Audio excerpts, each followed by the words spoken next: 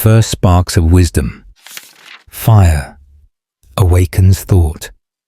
Turn down the lights, and let me tell you about the first time your kind stared into a flame. The night was endless, cold, and full of creatures with sharper teeth and better night vision than you'll ever have. And yet, somewhere in that trembling dark, a flicker was born, a thread of light that hummed like an idea before ideas even existed. You probably wouldn't survive that night. Honestly, most of your ancestors didn't. But those who did learned something the modern world has mostly forgotten. Warmth isn't just a physical comfort. It's an invitation to think. You sit before the first human-made fire. Its dance hypnotic. Every flicker feels alive, an ancient heartbeat pulsing through the air. The smell of burnt wood, the hiss of sap, the subtle crackle, it all whispers a language older than speech.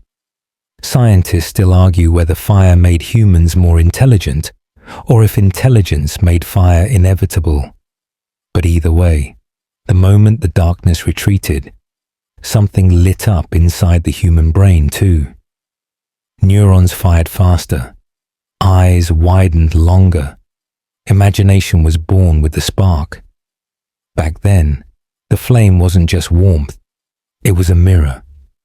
You see faces in it, friends, spirits, ancestors, maybe a fox who looks suspiciously like it understands taxes. The ancients thought fire carried messages from gods, a living being that could bless or destroy. In old Vedic rituals, it was Agni, the divine messenger. In Greece, Prometheus risked everything to steal it from the heavens. Today, we flick a switch, summon light without thought, and forget we're wielding stolen lightning. The warmth wraps around you now, soft as a sigh. It's the same heat that once kept families close when wolves howled outside the cave. Fire forced humans to gather, to share food and stories, to look each other in the eyes. That glow built community, and maybe empathy too. One anthropologist argued that language evolved partly because people started talking around campfires, learning to fill silence with meaning. So technically, every bedtime story, including this one, owes its existence to someone poking at embers and saying, "You won't believe what I saw today." A fringe theory, because there's always one, claims the hypnotic trance of fire helped early humans meditate. That repetitive flicker might have slowed heartbeats and tuned the mind into a proto-meditative state, the kind that made space for myth, music, and maybe that first awkward flute made from a vulture bone. Scientists still debate whether this was deliberate or just the world's first example of zoning out. Either way, it worked. You're feeling it now. The eyes soften, the jaw slackens, the world blurs at the edges. The modern glow of a phone screen doesn't have quite the same effect, though it tries. Both fire and screens draw your gaze, but only one fills the night with warmth instead of anxiety. The ancients saw the flame as a teacher. Respect it, feed it, and it sustains you. Ignore it or misuse it, and it devours everything. A good metaphor for attention, right? What you feed grows. What you neglect fades to ash. You lean closer. The flames whisper old secrets, like how humans learned to cook, softening food, freeing up calories, shrinking jaws, and, ironically, making room for bigger brains. Every meal over fire was a step toward civilization, every ember a neuron firing toward tomorrow. But they didn't rush. They stared into that light for hours, tracing meaning in smoke and spark. Imagine that moment. You, an ancient being, wrapped in fur, staring into something that shouldn't exist. A piece of the sun tamed in your hands. The cold world recedes. Your stomach hums with roasted roots. Your heart slows to match the rhythm of the flames. don't know the words chemistry or combustion, but you know awe. You don't know philosophy, but you're already wondering why the fire moves like it's breathing. Modern life erased that wonder with thermostats and LED bulbs. But here, in the quiet between your breaths, the memory returns. You can almost hear the hiss of resin, smell the char of pine. You feel the first flicker of thought ignite, not in the fire, but in you. The warmth curls through your veins, gentle, steady, ancient. Somewhere deep in your DNA, the flame still remembers. And as you sink deeper into the dark comfort of your room, you realize every light you've ever turned on was a little echo of that first impossible blaze.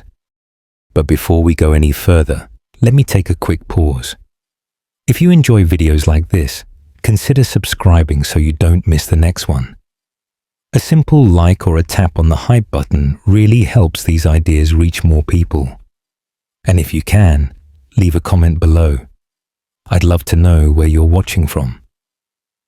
It's always nice to be reminded that this isn't just me talking into the void, but a real conversation reaching across the world. The sacred breath, life in every inhale. Your chest rises, almost unconsciously, and the air slips in, cool, invisible, ancient. You never think about it, yet it's the first thing you ever did, and the very last thing you ever will. The ancients thought breath wasn't just air, it was spirit, the living thread between flesh and cosmos. In Sanskrit, it was prana, life energy. In Greek, pneuma. In Hebrew, ruach. And here you are, centuries later, still using the same invisible force to stay alive while scrolling through memes at 2 a.m. Funny how some things never change. Back then, people believed every inhale was a conversation with the divine. You weren't just filling lungs, you were sipping from the breath of stars. Scientists still argue whether ancient breathing rituals truly altered consciousness or just created powerful placebo effects. But the calm that follows a deep breath doesn't need a lab to prove its truth. You feel it even now. The slow exhale that melts time around you like wax near a flame. Picture yourself sitting cross-legged in some forgotten temple. The stone floor is cool beneath your palms, and light drifts in through narrow slits carved precisely to guide sunrise. Around you, soft chants ripple, sync to the rhythm of breath. Inhale, the world expands. Exhale, the world softens. It's no coincidence that meditation, chanting, and even prayer across cultures rely on breath, because before language, breath was rhythm. A mainstream fact, your breathing does more than deliver oxygen. It adjusts your heart rate, shifts your nervous system, even alters your brainwaves. Modern researchers call it respiratory sinus arrhythmia, the fancy way of saying your heart literally listens to your breath. That's why slow breathing can calm anxiety. Your ancestors figured that out without any gadgets, just by listening inward.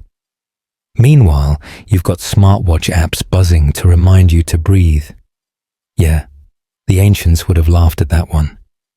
You breathe again, slower now.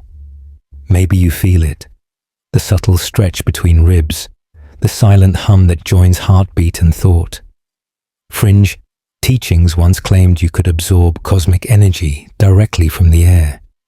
Some even believe certain monks lived solely on breath. Scientists still debate whether such stories were metaphor or miracle, but there's something poetic in believing you could be nourished by nothing more than presence itself. Every culture wrapped breath in reverence. Egyptian priests whispered that the gods breathed the soul into clay. Chinese scholars mapped the flow of qi through meridians, saying that unbalanced breath meant unbalanced life. Native traditions taught that to sigh too often was to let go of your power. And yet, here we are, sighing over emails and deadlines like tiny leaky kettles. Somewhere, an ancient shaman is rolling their eyes. You can almost feel those old teachers watching, shaking their heads as you rush through each inhale like you're late for your own piece. They tell you to stop, just once, to really notice it. The way breath enters cool and leaves warm. How it brushes the back of your throat like a whisper from inside your chest. How it never demands thanks, yet keeps you alive, moment after moment, since before your first thought. A gentle fact hides in that. You breathe about 20,000 times a day, and most of them you never feel. The modern world made breathing automatic, but the ancients made it sacred. Maybe that's why they lived with slower hearts, steadier minds. They treated each breath like a gift unwrapping itself in real time. You could too, right now, in the dim glow of your room, surrounded by hums and screens. So you close your eyes. You let the breath lengthen, softer, deeper, until it feels like the air is breathing you instead. The body sways slightly, like seaweed beneath gentle tides. For a moment, the boundaries blur. Where you end and the air begins is impossible to tell. The ancients would have called this unity. A neuroscientist might call it parasympathetic activation. You can just call it peace.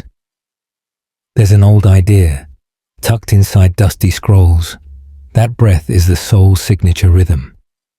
That when you leave this world, your final exhale becomes wind again, carrying your essence across mountains and oceans. Scientists, as always, argue whether that's poetic or physiological, but maybe it doesn't matter. What matters is that you're still breathing, an act both cosmic and mundane. You inhale once more, the air cool against your nostrils. The sound is soft but endless, like the planet's own sigh. You realize you've been doing this since before you could think, before there was language, before fire. Breath was your first teacher, and you forgot its name. But tonight, you remember. Time before clocks, the sky as a calendar. You open your eyes, if only in your mind, and find yourself standing beneath a sky so black and deep it feels like falling upward. No screens glow here, no ticking clocks, no digital countdowns urging you toward the next task. Time doesn't live on your wrist or phone. It hangs in the heavens, patient and wide. Once, long ago, this was how everyone told time. By sky, by rhythm, by light. And it worked perfectly, except for cloudy days and existential crises. The ancients didn't count hours, they felt them. Morning wasn't 7 a.m. It was the first warmth brushing your cheek, the chatter of birds reminding you that, yes, the sun had returned. Night wasn't a number either. It was a blanket drawn slowly across the earth. Scientists still argue whether early humans could truly measure time or just sensed cycles, but when your survival depends on seasons, you notice every shadow shift. You tilt your head back, watching stars flicker like a cosmic metronome. You can almost hear the hum of their precision. To early sky watchers, each constellation was a word in an enormous celestial language. Orion wasn't just a hunter, he was a seasonal signpost. The Egyptians knew the Nile would flood when Sirius rose before dawn. Mayans tracked Venus like accountants tracking markets, except their spreadsheets were carved into temples and aligned to solstices. And you thought Google Calendar was impressive. A mainstream fact. Before clocks, time was circular, not linear. Days looped back, moons returned, seasons repeated. People didn't rush to get ahead, They aimed to stay in rhythm.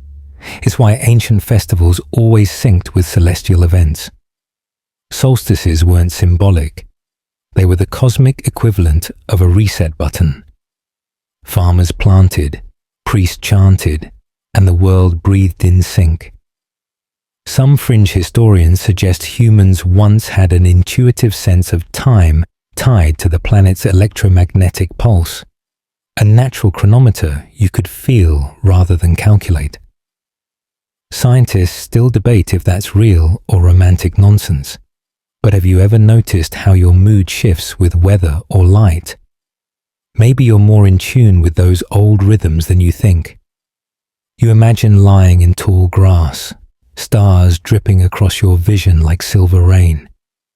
There's no noise except crickets and your own pulse. That's the ancient clock, the beating heart, counting moments softer than seconds. Time feels slower here, maybe truer. You can sense how days once flowed, like rivers, unmeasured but full. Back then, running late wasn't a phrase. The sun rose when it rose. You couldn't swipe to snooze it. People woke when light touched the horizon and rested when it disappeared. That natural rhythm shaped health, sleep, even emotion. Now we light our nights and darken our mornings, living out of sync with the sky. Your circadian rhythm, the body's ancient clock, still obeys sun and moon, even if your schedule doesn't. Scientists warn that ignoring it messes with hormones, mood, and metabolism. The ancients didn't have that problem. They watched dawn like a prayer. Imagine what that felt like, knowing your place not by GPS but by starlight. Ancient sailors crossed oceans using only constellations, trusting patterns that never failed them. In Polynesia, navigators memorized hundreds of star paths, cloud shapes, and bird migrations. You, meanwhile, might get lost in a parking lot. That's okay. Modern life has traded wonder for convenience. But when you look up, you're seeing the same lights they did, shining with the same patient message. You belong to this rhythm. There's a fringe theory that early humans marked time not by the sky, but by firelight, watching the way smoke curled differently at night, or how embers faded by dawn. Scientists still argue over archaeological fire rings that might have doubled as primitive clocks. Either way, they prove something simple. To mark time is to seek meaning. You count what you care about. You breathe in, and it feels like inhaling centuries. Somewhere, a constellation winks, a reminder that your heartbeat once kept tempo with the stars. The ancients believed time wasn't something passing, but something you moved through, like a current. You didn't lose it, you traveled inside it. The sky above you hums with that same pulse. You could stay here forever, lying between infinity and earth, the seconds melting into stillness. Time doesn't need to be measured to be felt. Maybe that's the real secret modern life erased, that you don't have to chase time. It's already carrying you.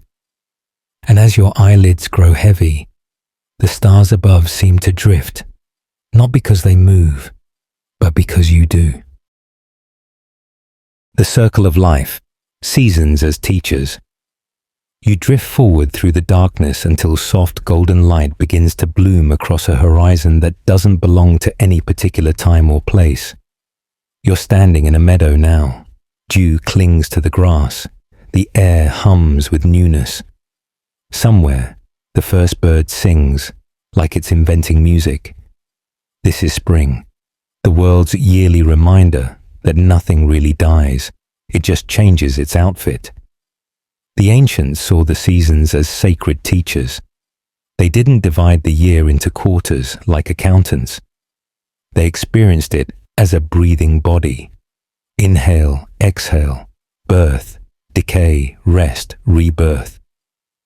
Scientists still argue whether early calendars emerged from observation or ceremony. But what's certain is that ancient people lived inside time, not beside it. You plant when the soil softens, you harvest when the sky leans golden, and when frost arrives, you rest. Not doom scroll, rest. In Egypt, the flooding of the Nile was celebrated as the planet's heartbeat, its pulse rising with the stars.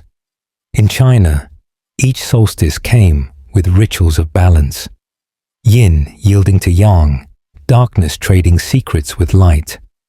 And in the Celtic world, everything was a wheel. Life, death, memory, even laughter. You weren't on the wheel, you were the wheel. Every spin, a lesson. You kneel in that meadow, feeling spring's pulse under your fingertips. The ground vibrates faintly, not from machines, but from roots pushing upward. Modern science confirms this. Plants make microscopic pops and crackles as they grow. Tiny life sounds too quiet for ears but perfect for wonder. Some researchers say trees even breathe together through underground networks. Ancient druids would have smiled at that. They already called forests living spirits long before Wi-Fi networks stole the metaphor. The year moves forward, and the meadow becomes a furnace of green. Summer arrives like an exhale, warm and generous. The ancients believed this was when the world was at full strength, when gods and humans shared abundance. Festivals erupted, fires, dances, honey, music that outlasted sunsets. You can almost hear the drums. Back then, work and celebration weren't opposites. They were rhythm partners. Modern life separated them, boxed joy into weekends. You can almost feel the loss of that integration humming somewhere behind your ribs. And then, autumn. The air shifts, light tilts. You smell the faint sweetness of rot, which, if you listen softly enough, doesn't smell like death at all. It smells like recycling. The ancients honored this time as sacred preparation, not decay. Crops were gathered, stories told, candles lit for the returning dark. Fringe traditions claimed spirits walked among the living during this thinning of the veil. Scientists still debate whether those ghost tales came from seasonal depression, carbon monoxide, or imagination. But admit this much: the atmosphere does change. The tilt of Earth literally alters your mood.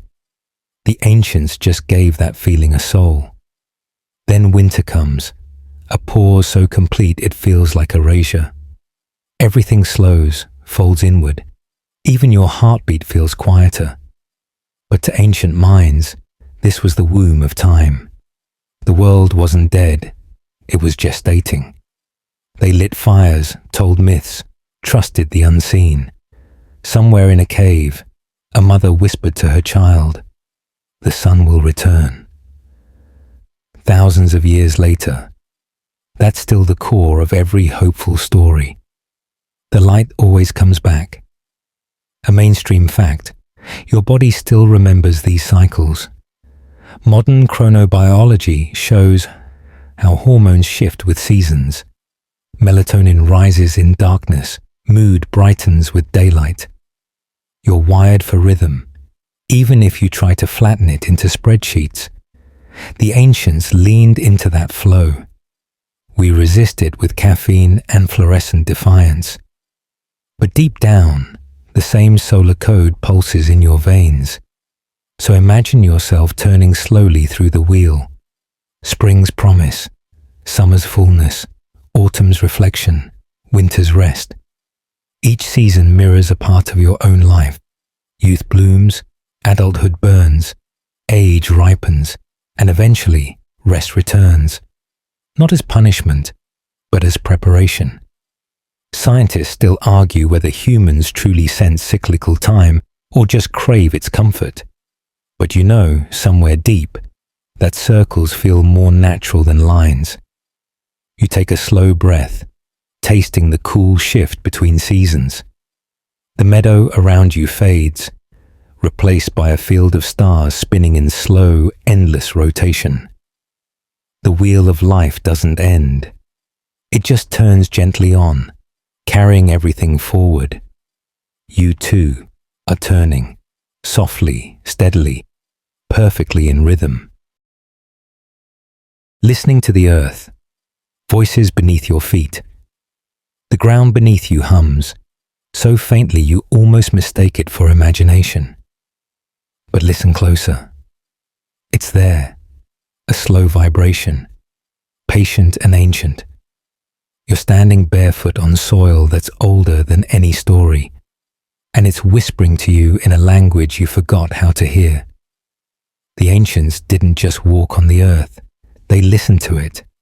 They could tell when rain was coming from the way the wind curled over stones, or sense migrations by the pitch of bird calls. Scientists still argue whether early humans had sharper hearing, or simply paid more attention. But either way, they heard more than we do. You wiggle your toes into the cool dirt, feeling the pulse that lies beneath. Every grain has a memory: volcanic fire, crushed shells, fallen leaves. The ancients believed each place carried its own spirit. The Romans called it genius loci, the soul of a landscape. Aboriginal Australians sang song lines that mapped entire continents through melody, each verse a geographical coordinate encoded in rhythm. Today, we use GPS and lose connection instead of direction. A mainstream fact: the Earth actually does make sound. Seismologists record it, a constant low-frequency murmur called the Earth's hum. It's the planet vibrating from ocean waves and shifting crust. You can't hear it without instruments, but some mystics swore they could feel it in their bones. Scientists still debate whether ancient chanting ceremonies or drumming circles subconsciously synced with that hum. You know what's funny? When measured, many ritual rhythms match it almost perfectly. Coincidence or cosmic groove? You kneel, pressing your palm to the ground. The soil is cool, smelling faintly of iron and old rain. Beneath your fingers, countless life forms wriggle and breathe. A teaspoon of earth can hold more organisms than there are humans on the planet. The ancients didn't know microbiology, but they knew the soil was alive. They fed it offerings, milk, ash, honey, to thank it for its invisible labor. These rituals weren't superstition. They were gratitude disguised as myth. Now, pause and listen. Really listen. The rustle of grass isn't just wind, it's communication. Plants release chemicals through the air and the roots, warning each other of drought or pests. Fringe researchers even suggest plants can recognize the vibrations of their caretakers' footsteps. Scientists still argue about how conscious that awareness might be, but imagine it, the earth noticing you.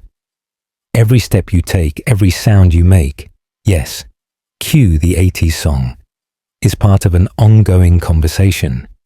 Ancient farmers felt this deeply. They didn't till carelessly. They asked permission. Before planting, they'd touch the ground and murmur small apologies, as if disturbing a sleeping friend. You might smile at that, but think about it. Modern agriculture turns soil into data. And in return, we've forgotten the art of listening downward.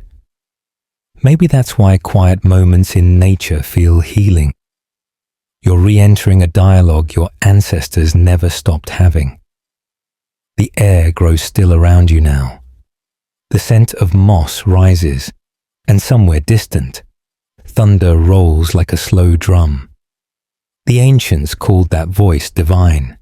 Zeus, Indra, Thor, depending on latitude. They didn't just hear sound, they heard intention. Modern meteorology explains thunder as shockwaves of heated air. But even knowing that, you can't help feeling something else inside it. something intelligent, maybe benevolent. You close your eyes. Beneath the hum of the world, there's rhythm, steady, grounding. It aligns with your heartbeat until the two are indistinguishable. This is what ancient shamans meant when they said the earth could speak through trance. Not words, but resonance. Scientists still debate whether those states were hallucinations or heightened perception. But when you feel this grounded, who cares? You picture mountains breathing, rivers murmuring, deserts singing in the wind.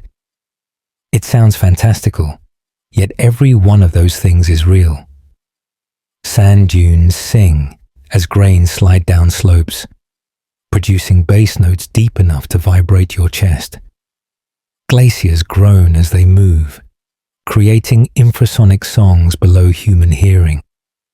The whole planet is performing. You've just been too loud to notice. And now, as the hum deepens, your body responds instinctively. Shoulders loosen, breath slows, mind quiets.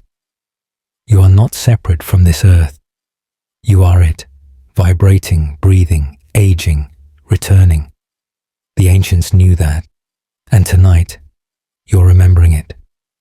Somewhere, the soil shifts slightly beneath you, an exhale from a living planet. It doesn't ask for worship, only awareness. And as you listen, the silence grows rich and full, like music that's always been playing, waiting for you to tune in. The power of silence, lessons from still minds. The air is thick with stillness now, like the world has exhaled and decided not to breathe back in just yet. You sit there, motionless, wrapped in a hush so deep it almost hums. It's the kind of silence that doesn't feel empty. It feels alive, like the pause between heartbeats. The ancients understood that silence wasn't the absence of sound. It was the presence of awareness. Modern life, meanwhile, treats quiet like a void to be filled with podcasts and productivity. You can't even boil pasta without background noise. But in the old world, silence was sacred. Monks, mystics, and philosophers sought it like treasure. They believed that only in stillness could truth echo clearly. Scientists still argue whether meditation rewires the brain or just gives it a rest. But brain scans show it undeniably changes neural pathways. Focus improves, anxiety drops, empathy blooms, all from doing nothing. Kind of insulting to our obsession with multitasking, isn't it? You picture yourself in an ancient monastery, maybe high in the Himalayas or deep in the desert. The walls are cool stone, the air thin and crisp. You can hear your own pulse thudding in your ears. For a moment, it's unsettling. Silence. This thick feels like it has weight, but then something shifts. The longer you sit, the louder the stillness grows. You start hearing things that aren't really sounds. The rustle of your thoughts, the faint electrical hum of being alive. A mainstream fact, your ears never truly stop listening. Even in complete quiet, they pick up internal noises, blood flow, heartbeat, cellular vibrations. Scientists call it spontaneous otoacoustic emission. The ancients might have called it the soul whispering back. Funny how science and mysticism sometimes rhyme without meaning to. In ancient Greece, Pythagoras had his students practice long silences before speaking, believing words should carry the same care as music. In Japan, Zen monks trained to meditate for hours without movement, chasing a state called mushin, no mind. And in Egypt, priest astronomers sat in quiet to hear the stars. Fringe historians suggest their stillness enhanced night vision, letting them track celestial shifts unseen by others. Scientists still debate if that's biologically possible. But hey, try sitting still in darkness long enough and your senses do sharpen. You take a slow breath. The room around you grows distant, as if padded in velvet. Even the hum of your fan feels gentle, rhythmic. In silence, the world doesn't disappear. It reorganizes. The ancients used it as medicine. Some healers prescribe quiet the way doctors now prescribe pills. A few modern clinics actually use sound deprivation therapy to calm trauma, proving the old monks might have known something. Of course, too much silence can get weird. Spend enough time in an anechoic chamber, and you start hearing your organs, literally. The record for staying in one without panic is about 45 minutes. Your ancestors didn't chase that kind of silence. They sought the middle way, the living quiet of dawn, the pause after thunder, the hush between breaths. Silence as presence, not absence. You might notice how your thoughts start behaving differently here. They don't shout, they drift. A worry rises, swirls, dissolves. A memory surfaces, flashes, fades. You realize silence doesn't empty the mind. It organizes it, like sediment settling in clear water. Scientists still argue whether ancient meditation evolved from hunting stillness or ritual trance. But either way, the effect is the same. Awareness slows enough to see itself. There's a fringe theory that the earliest humans discovered self-awareness not through speech, but through silence. One day, someone stopped reacting, just sat still long enough to notice they existed. That quiet realization might have sparked the birth of reflection itself. Imagine that. Civilization's first aha moment was probably wordless. You rest your palms on your knees. The silence presses closer now, warm and steady. You feel small, but not insignificant. Just part of a larger stillness that never ends. Even planets move silently, spinning in cosmic hush. Somewhere, a comet passes without a sound. And here you are, listening to what they once listened to, the quiet that holds everything. The ancients would say this is the sound of the universe breathing between thoughts. Modern physics calls it background radiation. You can call it peace.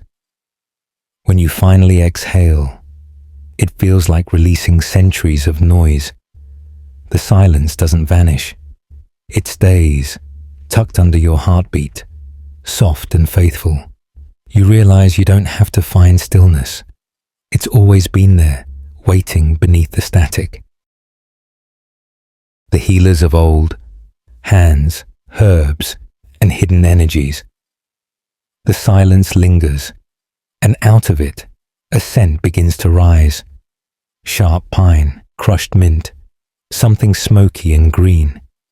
You're sitting in a hut made of reeds and clay, the air swirling with herbal steam. A woman's hands move deftly over a bowl, grinding leaves with a stone pestle. This isn't a lab, but she's a scientist in her own right. One who measures by instinct, listens to the plants, and somehow always knows what will heal. Ancient healers didn't separate medicine from magic, or body from soul. To them, illness wasn't just physical, it was imbalance. You were out of rhythm with nature, and the cure meant restoring harmony. Scientists still argue whether those early remedies worked through chemistry or faith, but modern pharmacology quietly admits over half of our medicines trace their lineage back to plants used by people who didn't even know what a molecule was. You watch her lift the bowl and blow softly across its surface, whispering words that sound less like language and more like vibration. The ancients believed sound carried intention, that healing began the moment energy shifted in the air. In China, healers practiced qigong, moving energy through body and breath. In India, Ayurveda balance the elements through herbs and oils. And in Greece, Hippocrates said, "Let food be thy medicine." Meanwhile, we Google our symptoms at 3 a.m. and self-diagnose with probably fatal. Progress, right? She reaches out and takes your hand.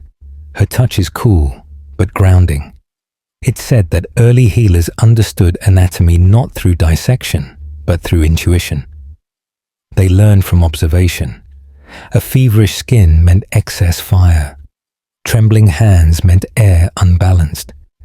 Fringe theories claim they could sense energetic fields around the body. Auras, meridians, something science can't quite quantify.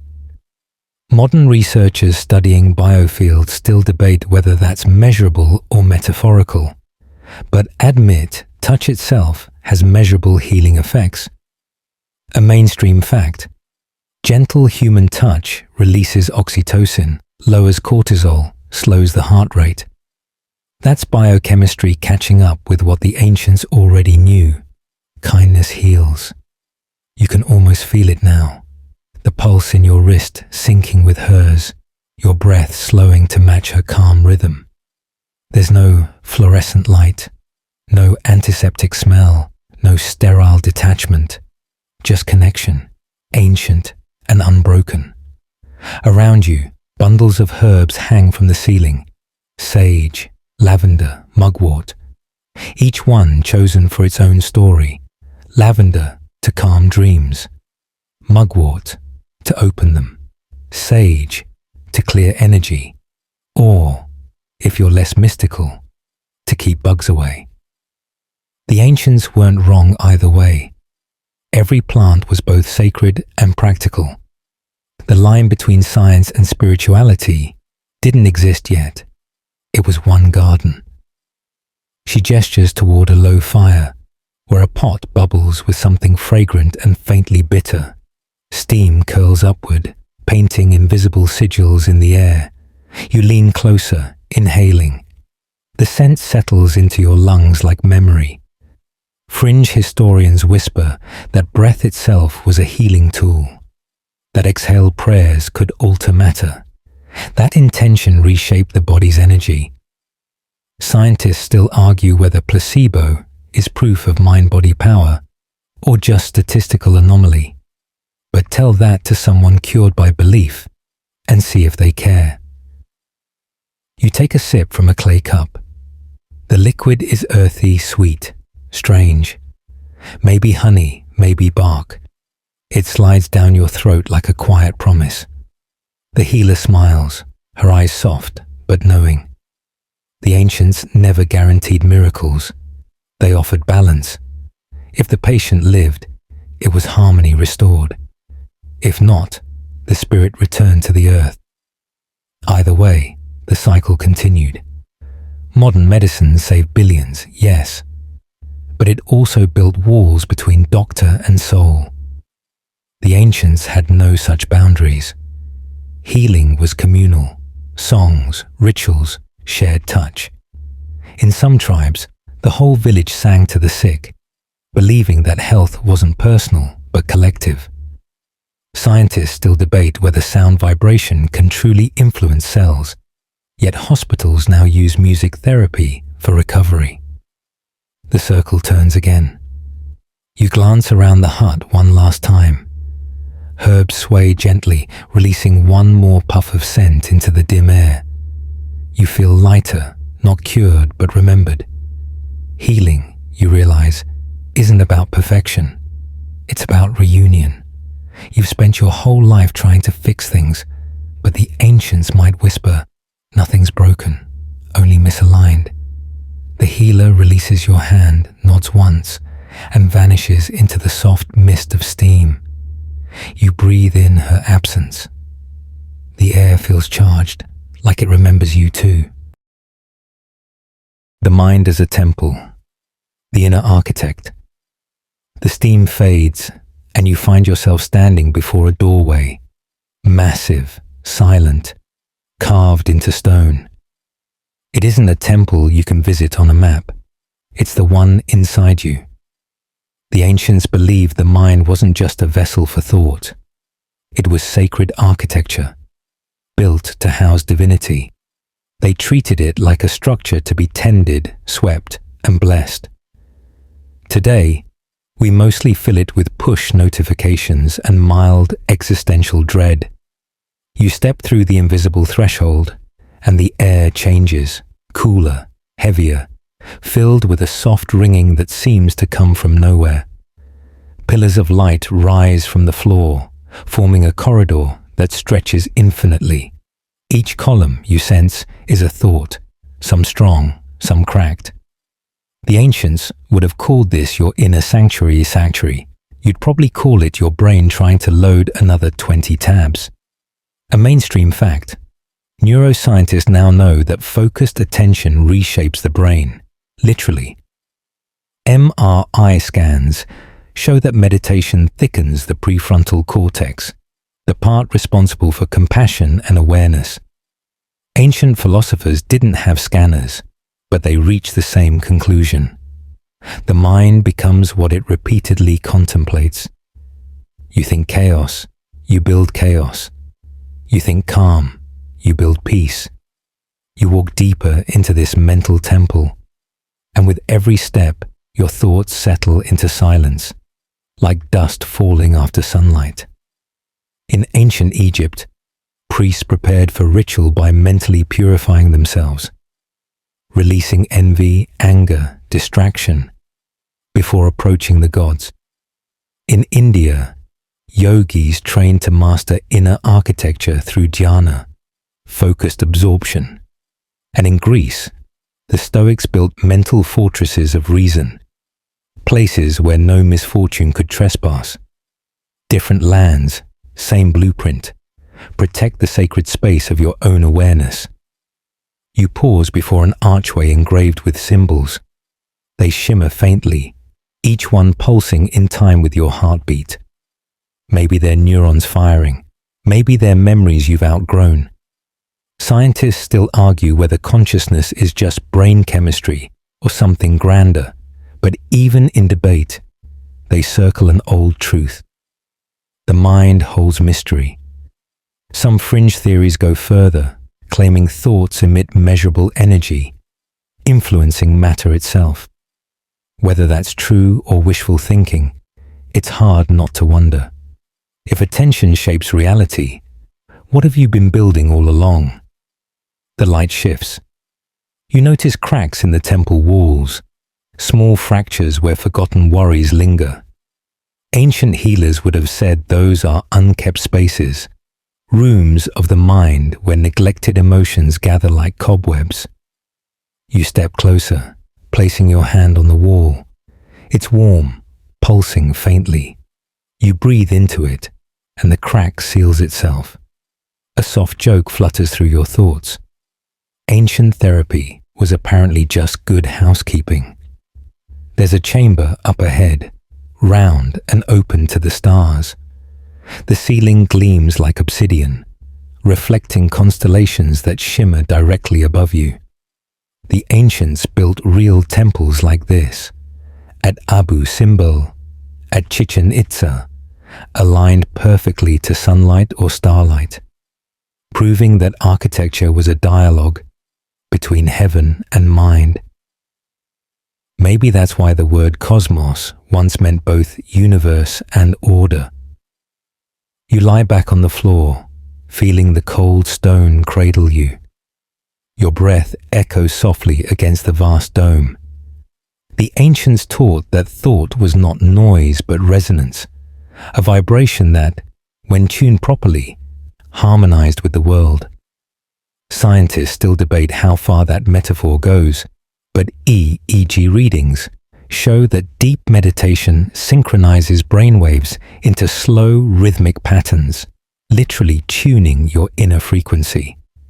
The ancients might smile, told you so. You close your eyes, exploring the temple from within. Each breath opens a new hall, one filled with laughter, another with memory, another with stillness so deep it feels like infinity. You realize you don't just have a mind, you are its architect, Every opinion is a brick, every habit a beam.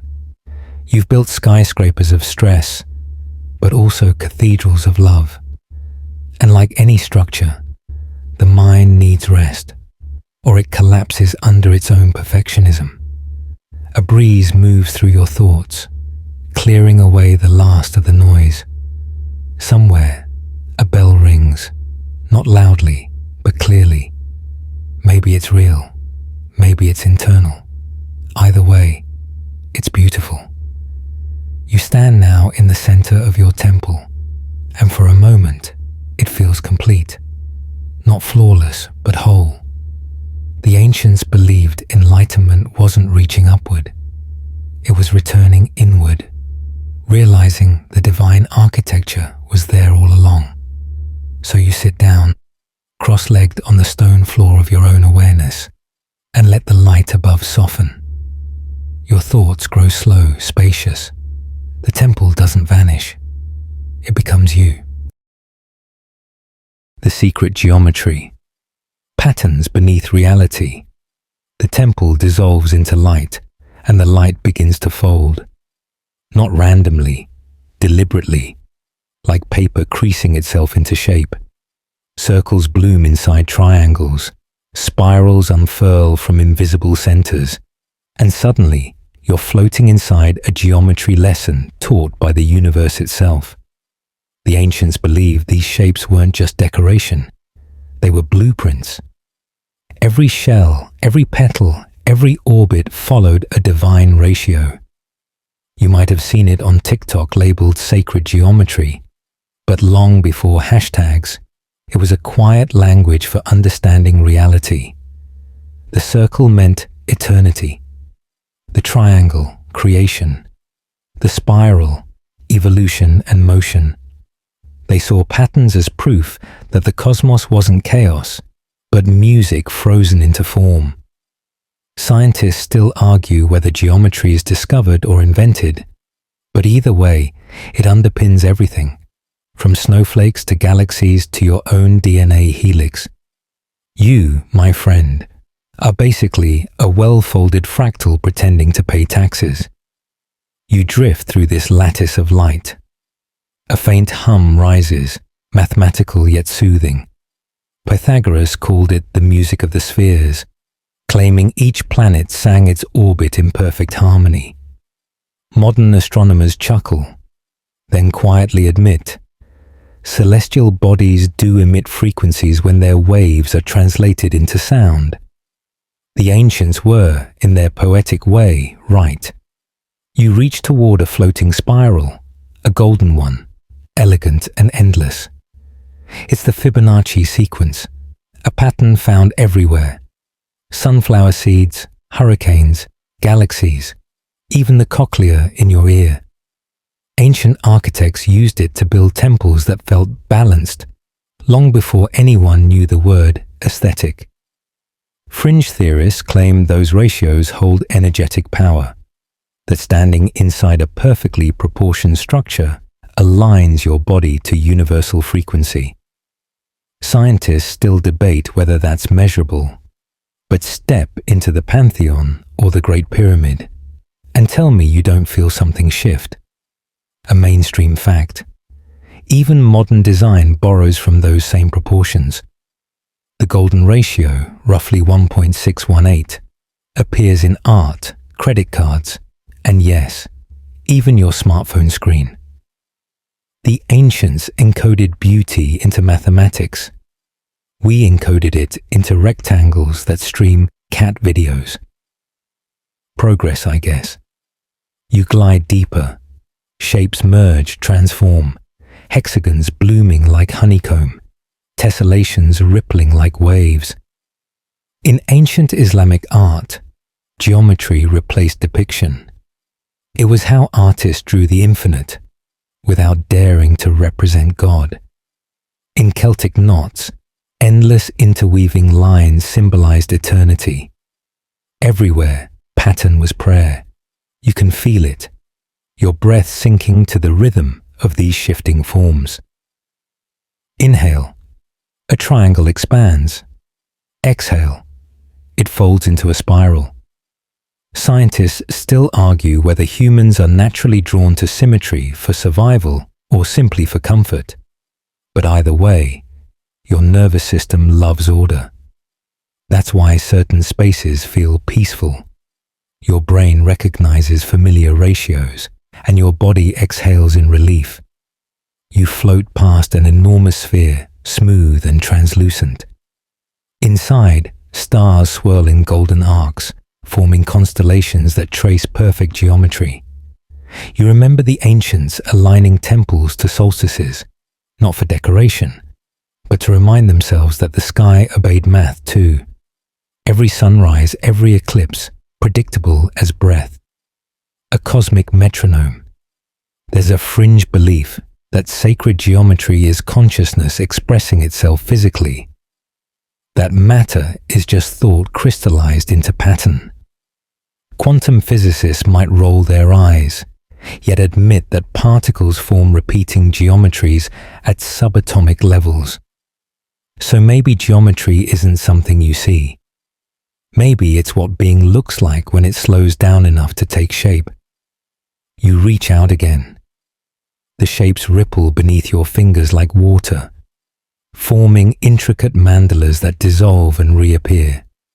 Each one feels familiar, like déjà vu. Maybe it's because these ratios live in you, in the spacing of your ribs, the curve of your ear, the way your heart beats in spirals of blood. You are geometry, animated. The light shifts once more.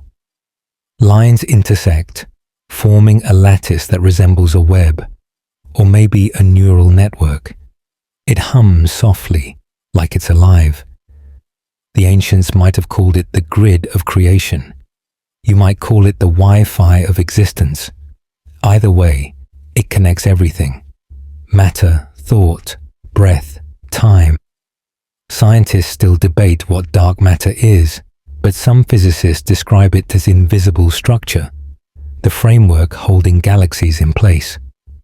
Maybe the ancients were whispering about that same invisible order, just in simpler language.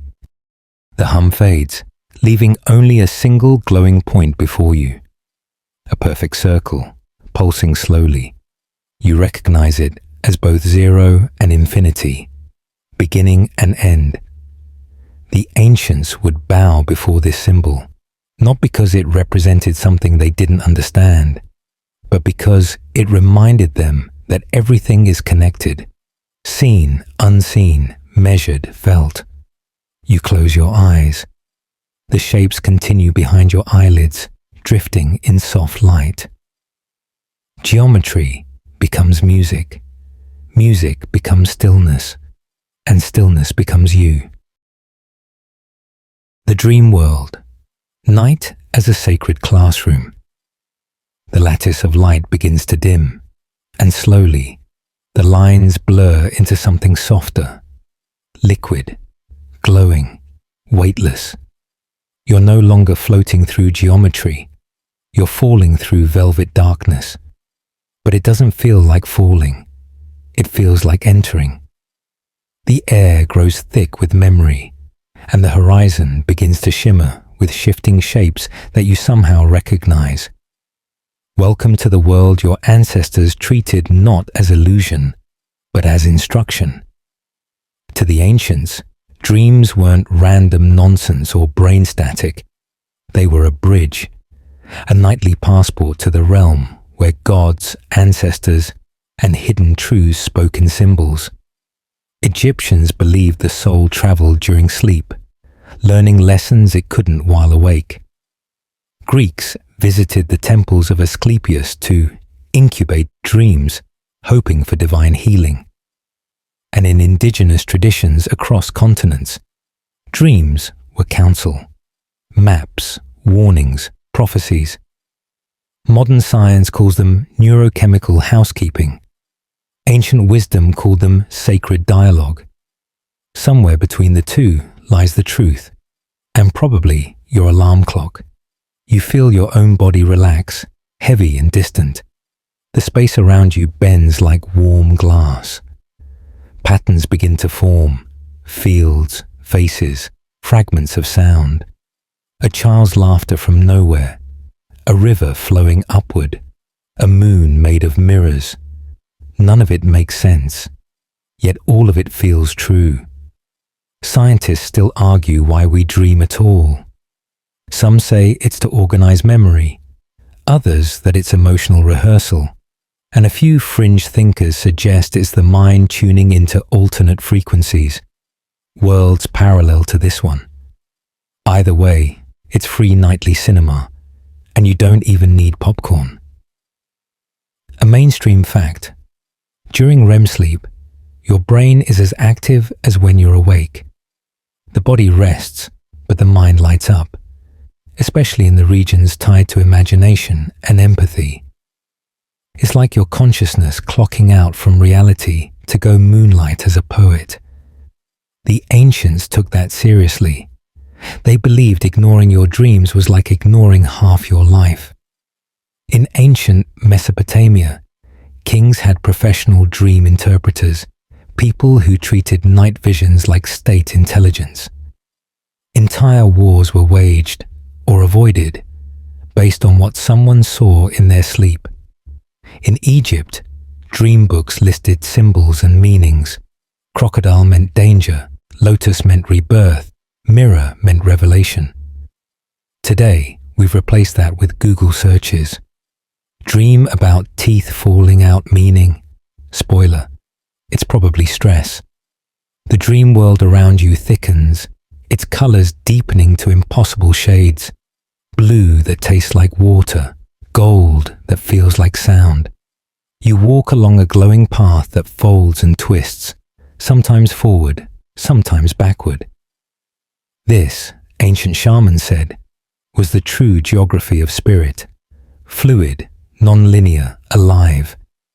They practiced lucid dreaming, learning to stay aware while asleep. Modern psychologists have confirmed it's real. You can, with training, steer your dream like a ship. But long before labs and electrodes, monks in Tibet were already charting those waters. Their goal wasn't control, it was awakening. Fringe accounts from mystics claim that collective dreams, shared visions, once guided entire tribes. Scientists still debate whether that's coincidence, mass psychology, or something quantum. But consider this. During full moons, sleep studies show a measurable dip in rest quality, an increase in vivid dreaming. Even the sky influences your mind's theater. The ancients didn't need EEG machines to sense that. They just looked up. You kneel beside a small pool reflecting stars that don't belong to any known sky. You lean in, and instead of your reflection, you see moments of your life drifting like leaves. Some recent, some buried deep. The ancients would have called this the mirror of dreams, a portal for self-revelation. Today, psychologists call it subconscious processing. Different vocabulary, same awe. A soft voice rises from nowhere, speaking a language that isn't words. You don't understand it, but your heart does. It's reminding you that every night, the mind repairs not just memory, but meaning. That in the world behind your eyelids, reality becomes malleable, so wisdom can sneak in sideways. Scientists still argue if dream symbols are universal or personal. Jung said they were archetypes. Freud said they were repressed snacks. But the ancients might have laughed at both, saying dreams aren't meant to be solved, they're meant to be felt.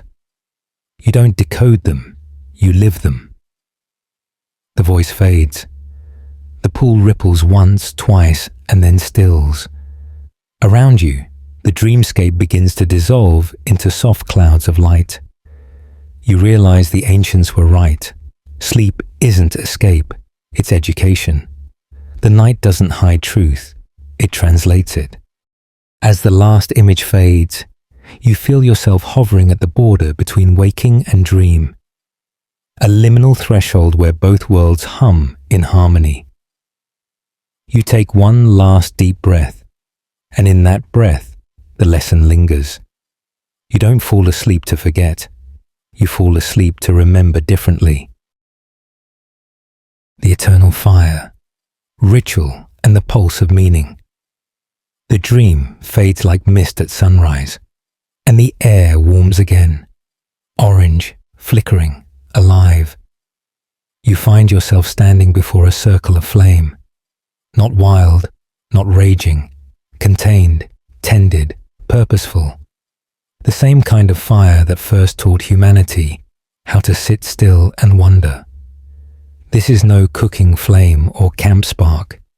This is ritual fire, the heartbeat of every ancient ceremony, the silent witness to all that humans hoped and feared. You step closer, and the scent hits you. Resin, wood, maybe a whisper of sweetgrass. Sparks rise like golden thoughts. The ancients believed that through ritual, humans didn't worship fire. They became it. In Vedic hymns, Agni was the messenger between worlds. The Persians called it Attar. The Zoroastrians guarded it as pure divinity. To the Greeks, it was Hestia's hearth flame, the sacred center of home and city. Modern life reduced it to a metaphor, fire in your heart. But here is literal and eternal. A mainstream fact. Archaeological evidence shows continuous sacred fires burned for centuries in temples from India to Rome. Some never went out until the civilization itself did. Scientists still argue whether those rituals held practical value or were symbolic acts of continuity. But either way, they kept entire communities aligned. Flames as public calendars, marking the unbroken passage of life. You kneel before it, feeling the warmth kiss your face. Around the flame, shadow and light trade places like dancers. The ancients said this flicker mirrored existence itself. Joy and sorrow, gain and loss, illumination and darkness, all cycling endlessly. In some old rites, priests would whisper prayers into the fire, believing smoke carried words to the divine. Today, we blow birthday candles and make wishes. Same instinct, softer branding. Fringe traditions say the body holds its own eternal flame, a subtle energy at the spine, called Kundalini in India, or Chi in Taoist practice. Scientists still debate whether that energy is measurable or simply metaphor for nervous system awakening, but you can feel the parallel. The fire outside reflects the spark inside. Both need tending. Both can warm or destroy. The flames shift color, amber to blue, blue to gold, and in that glow, you see shapes forming. Faces, ancestors, maybe memories. In ancient rituals, fire served as the movie screen of the soul. It revealed symbols, guided trance, even offered prophecy. Modern psychology would call it projection, but maybe that's just the scientific word for magic we can't quantify. You reach toward the fire, and though you stop short of touching it, you feel the air tremble. Heat rising like invisible music. A log cracks. The sound echoes like a heartbeat. Scientists note that rhythmic firelight can synchronize alpha brainwaves, producing calm and mild hypnosis.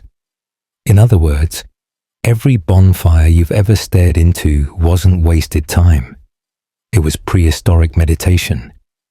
You remember that small spark at the start of this journey, the first flame that taught humans thought.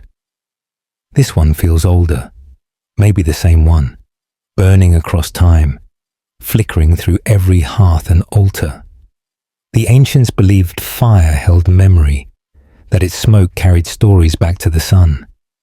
Some even said lightning was heaven's reply, a spark sent down to continue the conversation. Scientists still debate whether ancient myths of sky fire evolved from observing meteor impacts, but either way, those tales kept wonder alive.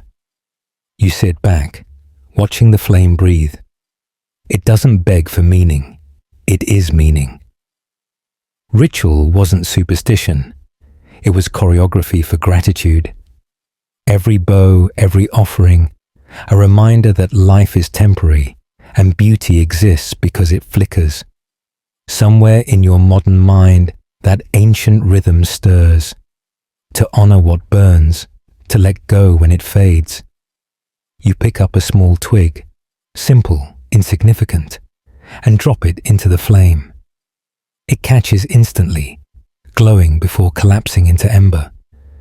The air smells faintly of pine and something sweet, like the memory of a good day.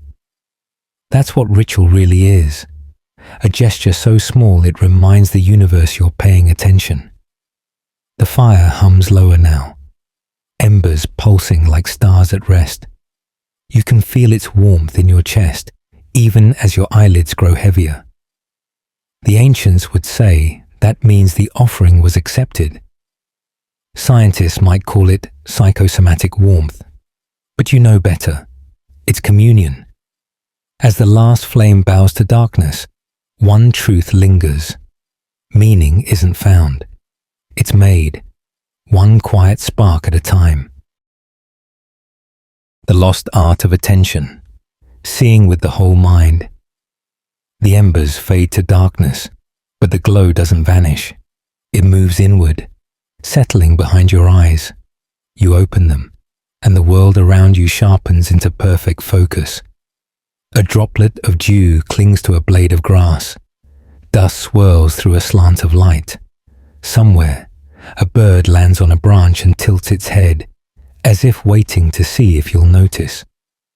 The ancients would say, this is how seeing was meant to feel. Total, patient, reverent. Attention wasn't a tool, it was devotion. In a world without screens, focus wasn't rare, it was survival. To track prey or read weather, you needed every sense awake.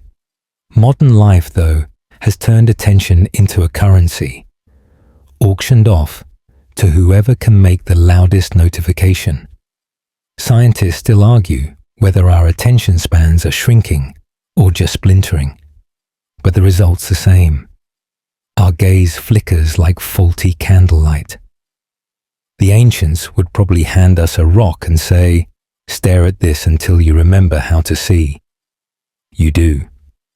The rock sits cool in your palm, simple, grey, unassuming.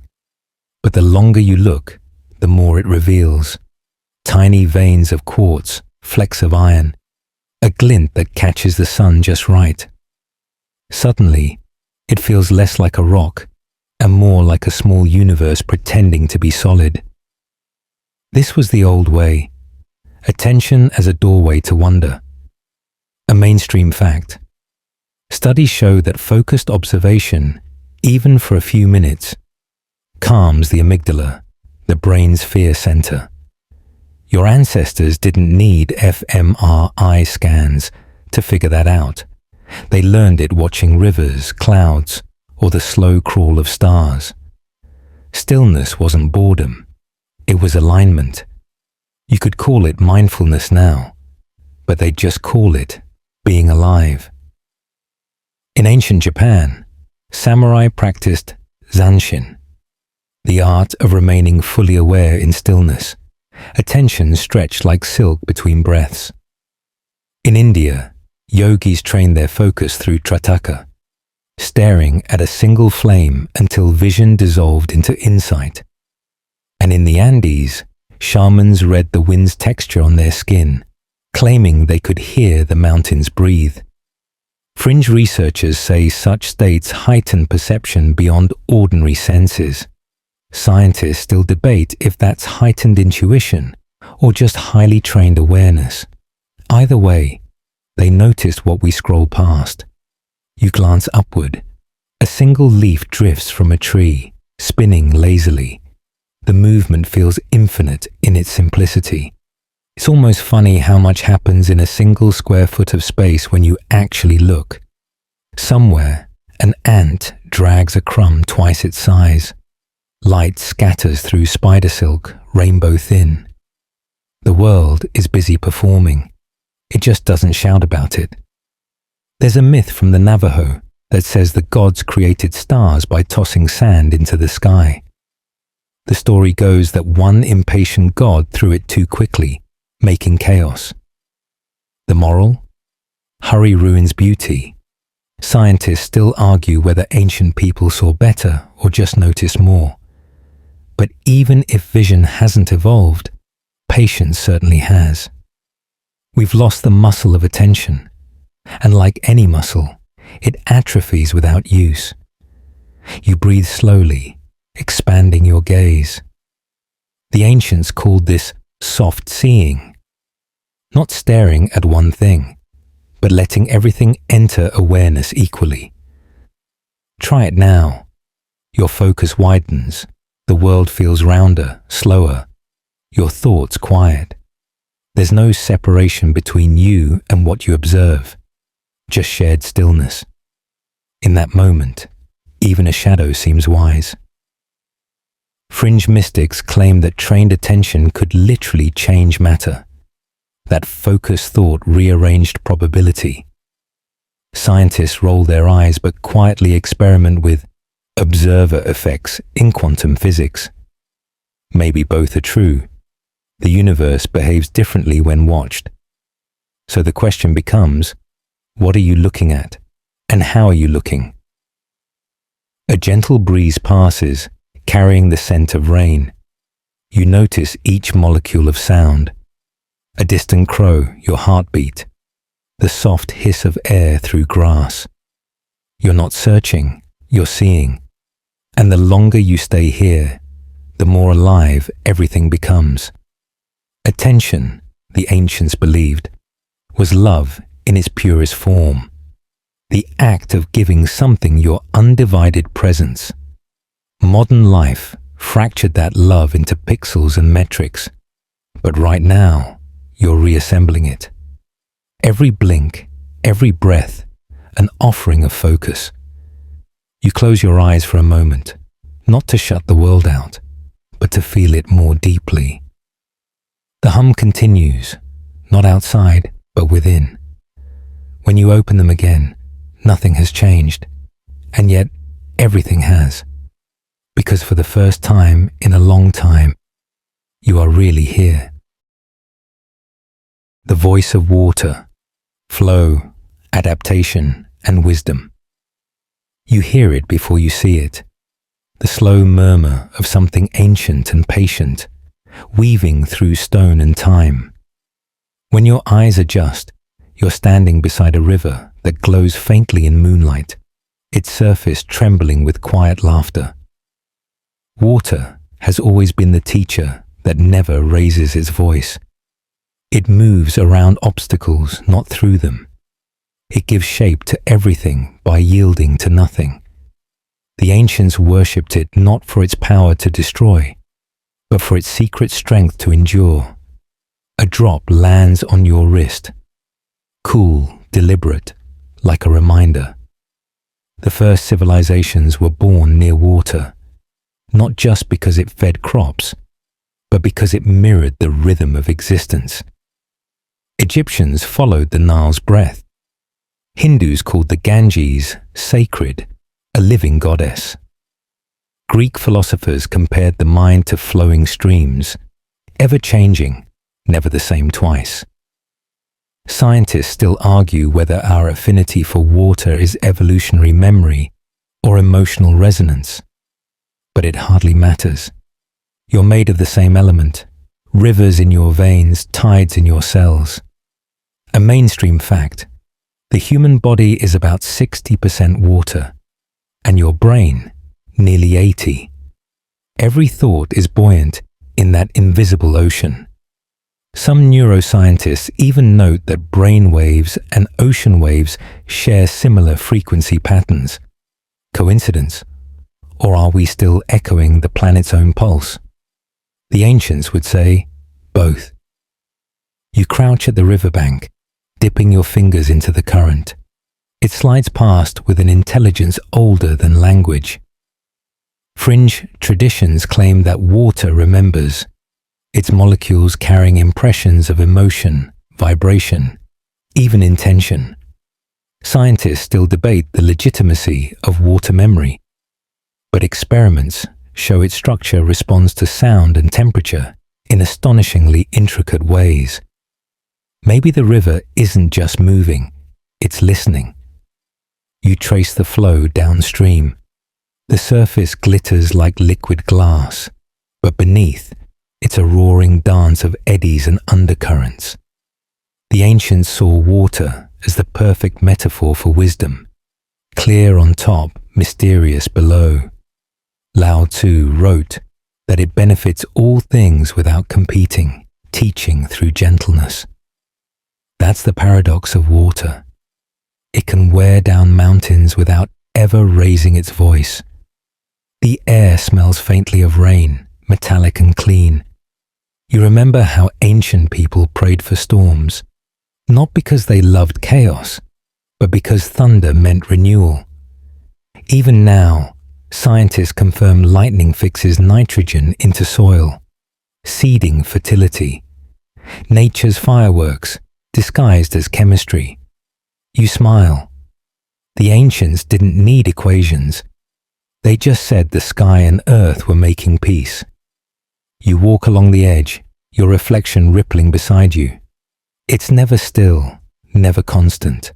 That's comforting somehow. The ancients believed identity was the same, fluid, shaped by experience. Heraclitus famously said, "You can't step into the same river twice." Fringe thinkers today argue that water itself may hold micro-consciousness, a collective intelligence spanning oceans and clouds. Scientists roll their eyes, then quietly study dolphin communication and plankton behavior that eerily mimic networks. Maybe everything that flows thinks in its own way. You sit on a smooth stone as moonlight breaks across the current. Each shimmer feels like a message, soft Morse code from eternity. Ancient healers used running water to cleanse energy, washing away more than dirt. Today we still do it, calling it a long shower after a hard day. The language changed, not the instinct. A fish leaps, arcs through silver air, and disappears back into the flow. You laugh quietly. It's such a small miracle, yet it feels immense. The ancients carved fish into temples to represent adaptability, movement, abundance. Scientists now admire the same qualities in evolutionary design. It's the same story told in different dialects. To live is to move with the current, not against it. You lean closer to the surface. Your reflection blurs, reforms, and for an instant, you see something like recognition staring back. The water doesn't resist your gaze. It receives it, folds it in, gives it back transformed. Maybe that's why it feels so peaceful, to be seen by something that asks nothing in return. The river hums louder now, though not in sound, in vibration. You can feel it beneath your ribs, a rhythm that syncs with your breathing. Flow, release, return. The ancients knew this pattern well. They called it life. Scientists call it homeostasis. You might just call it balance. The night breeze stirs the surface into tiny waves, each one a heartbeat of the world. You dip your hand again, watch droplets slip free and rejoin the current. None of them fight gravity, none fear change. They just go where they're meant to. You smile. Maybe wisdom isn't something you find, but something you remember each time you let go. The river keeps speaking, endlessly patient. You don't need to understand the words, you already know the language. Walking as prayer. motion toward meaning. The river fades into mist, and when it clears, your feet are already moving. There's a soft path beneath you, damp earth, crushed leaves, the kind that gives just enough under each step to remind you you're not floating. You're walking, and somehow that feels sacred. Long before treadmills and step counters, walking was humanity's oldest meditation. To move was to remember. Body and earth in conversation. Every culture had its walking prayers. The Buddhists circled stupas, each lap polishing the mind. The Navajo walked the beauty way, seeing the world as living ceremony. Even the philosophers of Greece, those toga-clad thinkers, paced as they spoke, because thought flowed better when the feet did. Scientists still argue whether walking boosts creativity or simply oxygenates the brain, but either way, it works. You've probably solved more problems on a walk than at your desk. A mainstream fact. Studies show walking increases divergent thinking, the mental process behind imagination. Ancient sages didn't need charts. They just knew movement untangled thought. To them, stillness wasn't always about sitting. It was about presence in motion. The forest around you breathes with each step. Sunlight filters through leaves, painting patterns that flicker across your skin. The rhythm of your stride becomes a kind of metronome, and soon you find yourself sinking to something deeper, the heartbeat of the world, steady and slow. The ancients called this rhythm sacred time, where the body becomes the drum of the divine. You just call it a walk, but your nervous system calls it home.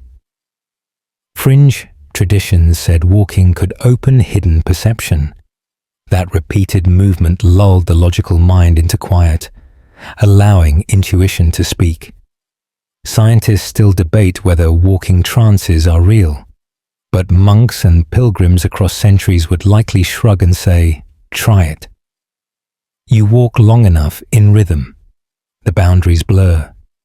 You, path and purpose start melting into one continuous motion. You look down. Your footprints press into soft mud, perfectly formed, perfectly temporary. That impermanence feels like wisdom in disguise. The ancients built entire philosophies around it. Buddha under the Bodhi tree, the Taoists along mountain trails. They knew walking was a metaphor. The path is never owned, only traveled. You pass a patch of wild herbs, thyme, mint, maybe sage. Their scent rises as your feet brush them. Little offerings of fragrance to mark your passage. Ancient pilgrims would have taken that as blessing. Scientists today might note that those scents trigger neurotransmitters linked to calm and focus. Same effect, different explanation. The brain loves what the spirit already knew. Far ahead, the path bends toward a hill. You climb slowly, breath steady, each inhale sinking with each step. There's something beautifully pointless about walking with no destination. The ancients embraced that too. In medieval Europe, labyrinths were built into cathedral floors, not to confuse, but to teach that the path is the prayer. You walk in circles and somehow end up deeper inside yourself. A breeze moves through the trees. For a moment, it feels like the earth sighing.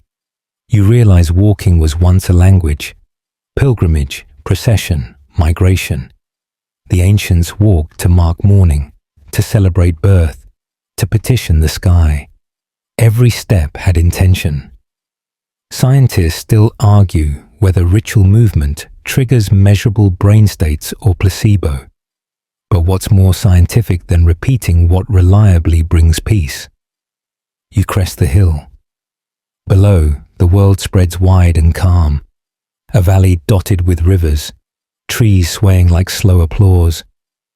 You stop, not because you're tired, but because stillness now feels earned. The ancients said a walk without pause was just travel. A pause without gratitude was just standing. You inhale deeply. The air tastes like moss and sunlight. Your heart slows, and with it, time seems to follow suit. Each breath feels like another step toward presence. That's the secret the ancients guarded. Prayer wasn't about words, it was about rhythm. Whether you chanted or walked or breathed, you were tuning yourself to something vast and unseen. There's a fringe belief that when you walk mindfully, the earth walks with you. That gravity itself becomes communion. Scientists still debate the mystical side of that, but the physics are undeniable. You press down, the world presses back, equal and opposite. Every step is mutual recognition. The wind quiets, the leaves still. You stand at the hill's peak, heart calm, gaze soft. For a long moment, you don't move. Then, almost without thought, you take one more step forward, not toward anything, but into everything. The path continues, glowing faintly, like it's glad you came back. The cosmic breath, music, and the heart of creation. The wind carries you forward, and with it comes a rhythm, a low vibration that seems to rise from the earth itself. At first, you think it's distant thunder, but no storm follows. Then you realize it's the sound of everything breathing together. The ancients believed that creation wasn't built, it was sung. The universe, they said, began not with light, but with sound. You can almost hear it now. The same cosmic chord humming beneath every heartbeat, every gust, every silence. In India, it was Om, the primordial vibration, the syllable that birthed all others. In Egypt, it was the voice of Ptah, who spoke the world into being. The Greeks called it Logos. Divine reason carried on sound waves. Scientists still argue what came first, matter or vibration. But even modern physics admits every atom vibrates. Everything you touch, taste, or think is a song slowed down enough to hold. You pause and listen. There's rhythm everywhere. The swing of branches, the pulse in your fingertips, the faint whoosh of breath in your throat. You're an orchestra and an audience at once. A mainstream fact. Your heart and brain literally synchronize through rhythm. Studies show that drumming, chanting, or even listening to slow music aligns heart rate variability with breath, creating a state of calm unity. Ancient rituals achieved the same thing, only they called it harmony with the cosmos. A drumbeat echoes through the air now, deep and steady. You follow it until you find a circle of figures, faces aglow, hands moving in practiced cadence. Each strike of the drum lands like thunder softened by time. The rhythm doesn't ask for dance, it creates it. Your body moves without instruction, hips swaying, feet tracing invisible patterns in dust. Scientists call this entrainment, the human tendency to sync movement with rhythm. The ancients simply called it joy. One drummer looks up and smiles, motioning you closer. Their instrument is simple, animal hide stretched across wood, but the sound it makes feels infinite. Everything breathes like this, they seem to say without words. The stars, the tide, the blood. The secret isn't to keep tempo, it's to join it. You close your eyes and try, letting breath, heart, and rhythm merge. Slowly, they do. Fringe thinkers claim the planets themselves generate frequencies, inaudible but mathematically precise. NASA even recorded plasma waves translated into sound, Jupiter roaring like a giant, bass note. Scientists still debate whether such music of the spheres has structure or is random cosmic noise. But when you listen long enough, it feels too elegant to be accident. The ancients must have sensed that harmony in the sky and echoed it below, building music not for performance but participation. The drumming fades into singing, wordless, resonant, circular. You feel it in your spine before you hear it in your ears. Chanting, studies show, releases endorphins and increases alpha brainwaves, the same pattern as deep meditation. But long before EEG machines, monks, shamans, and desert mystics already knew, vibration heals. Every culture had its sonic medicine. Mantras, flutes, didgeridoos, psalms.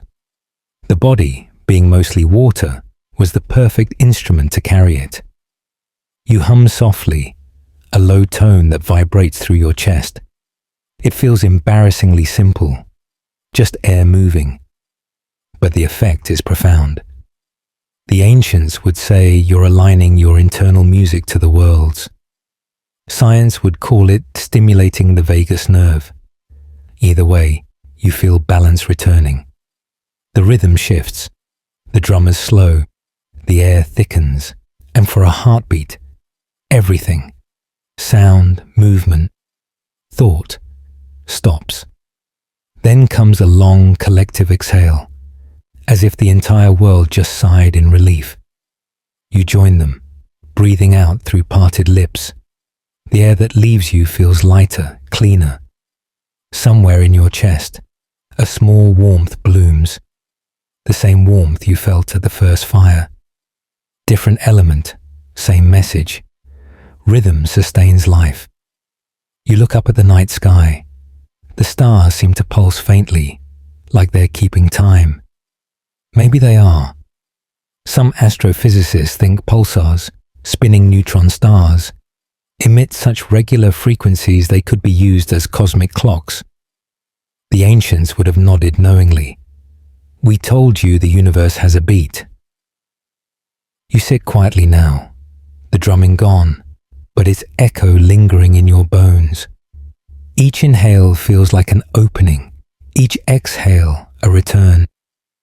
You realize the cosmic rhythm never stops. It only waits for you to notice. Every song, every heartbeat, every breeze. It's all the same breath wearing different disguises. The wind picks up again, brushing your cheek, carrying a whisper that sounds suspiciously like a melody. You smile, listening. The universe, it turns out, hums lullabies too. The law of reciprocity, giving and receiving in harmony. The music of the cosmos fades to a hush, and when the silence settles, something shifts in the air. It feels balanced, weighted just right, like scales made of light. You're standing in a clearing surrounded by ancient trees, their trunks wide and gnarled, roots crossing like old hands clasped together. The forest feels alive in that knowing way, watchful but kind. Here, everything exists by one rule. Nothing takes without giving something back. The ancients called it reciprocity, the invisible agreement that keeps the world from tipping too far in any direction. In Peru, it was Aini, sacred exchange. Among the Maori, Utu, balance restored. Even in Norse myth, every gift demanded return, every promise its echo. Modern economics calls it sustainability, but that word lacks the poetry of gratitude. You reach down and brush your fingers through the soil. It's damp, fragrant, flecked with fallen leaves. Every molecule here is recycled generosity. Trees giving air, fungi giving nutrients, decay becoming life again. A mainstream fact: nothing in nature is wasted. Even death feeds new growth. Scientists still argue whether this balance emerged by chance or evolution's design. But the symmetry is undeniable. Everything that thrives does so through exchange. You take a breath and exhale slowly. Carbon dioxide leaves your lungs. A nearby tree inhales it without complaint. You trade elements without contracts or signatures. This is the oldest form of cooperation, the quiet commerce of existence. The ancients lived by this rhythm. Farmers left offerings in fields before harvest. Fishermen thanked rivers before casting nets. In Japan, craftsmen would bow to their tools before work. Not superstition, appreciation. They understood the truth modern life buried beneath convenience. Taking without reverence eventually empties the giver and the gift. You walk deeper into the grove, each step soft on moss that feels like memory. A squirrel chatters above you, dropping a piece of bark that lands at your feet. Here, it seems to say, I've shared something. You grin, because even small things obey the law. Fringe thinkers claim the universe itself operates on energetic reciprocity, that what you send returns amplified. Scientists still debate whether that's physics or psychology, but experiments on social contagion prove one thing: generosity spreads. Acts of kindness ripple through networks, measurable and contagious. The ancients would call that karma. You might just call it common sense. You pause at a small stream winding through the grove. The water reflects a sliver of sunlight, liquid gold. You cup your hands and drink. The taste is clean, metallic, perfect. You whisper, "Thank you," not out of ritual but instinct. Somewhere, an echo answers in birdsong. Maybe that's coincidence, maybe not.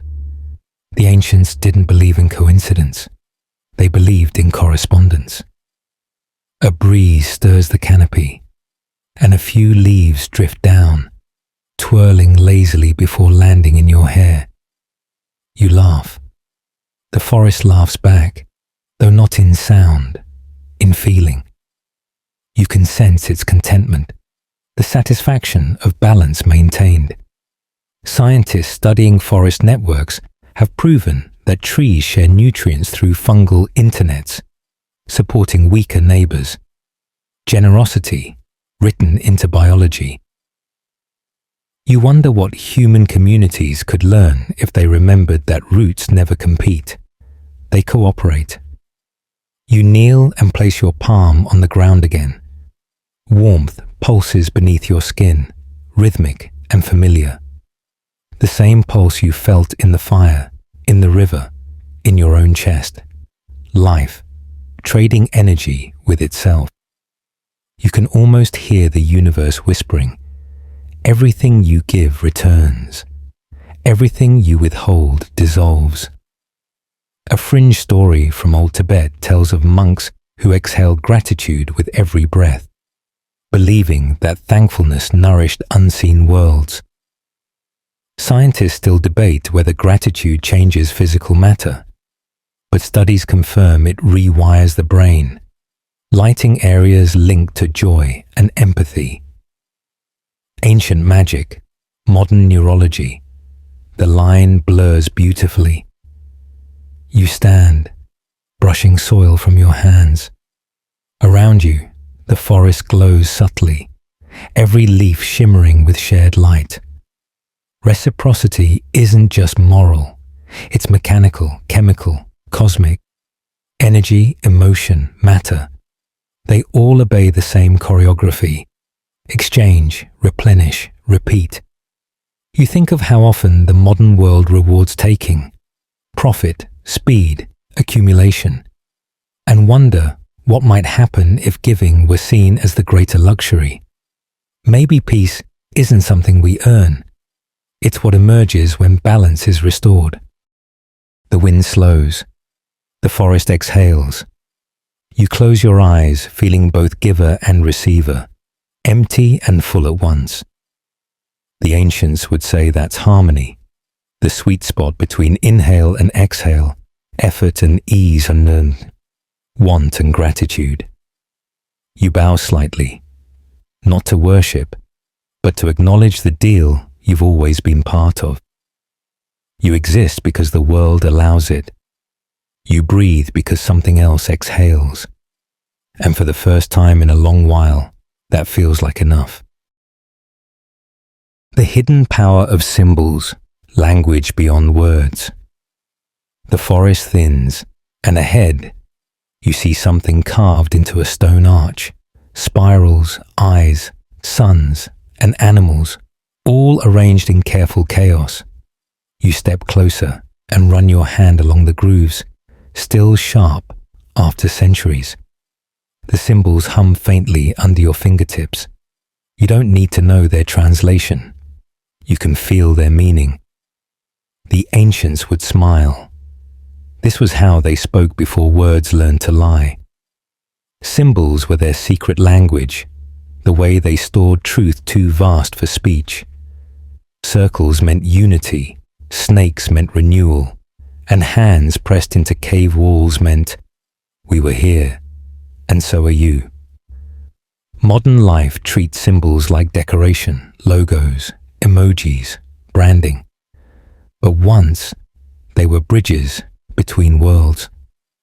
Scientists still argue whether early humans drew for art or ritual, but the power hasn't changed.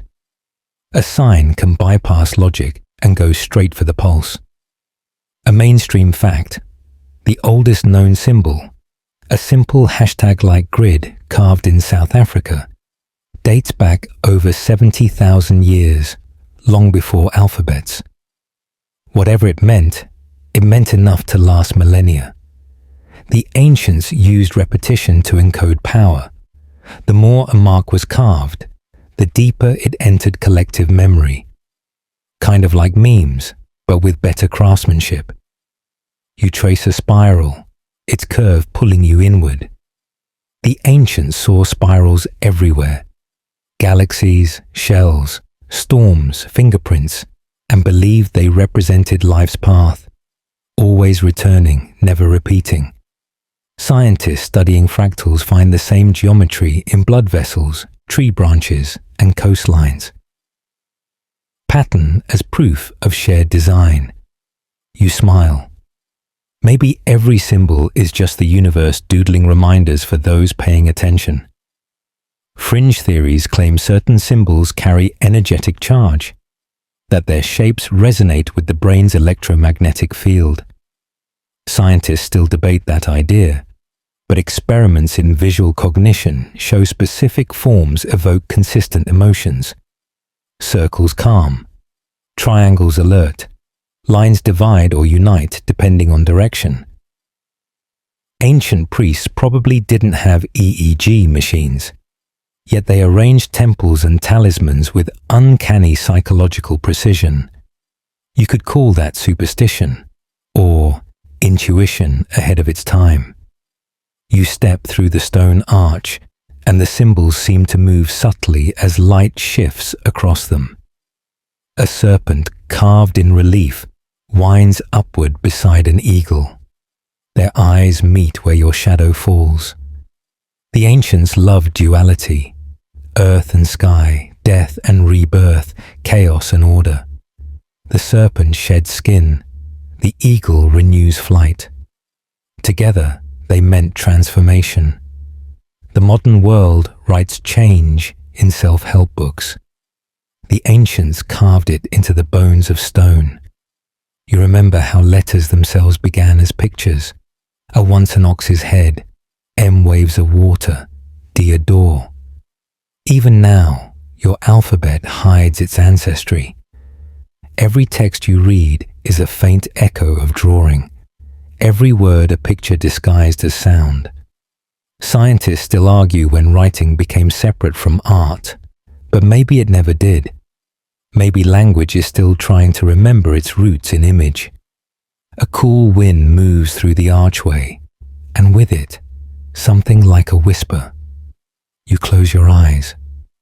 In that darkness, the symbols glow behind your eyelids, lines, circles, shapes connecting like constellations. They don't demand interpretation. They transmit feeling. You sense warmth, strength, openness. Maybe that's their message. Meaning isn't always meant to be decoded. It's meant to be felt.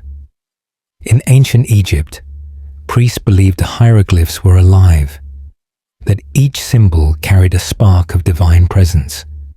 In Norse law, runes weren't written but summoned, each one a spirit with its own will. Fringe mystics claim that symbols don't just represent energy, they generate it.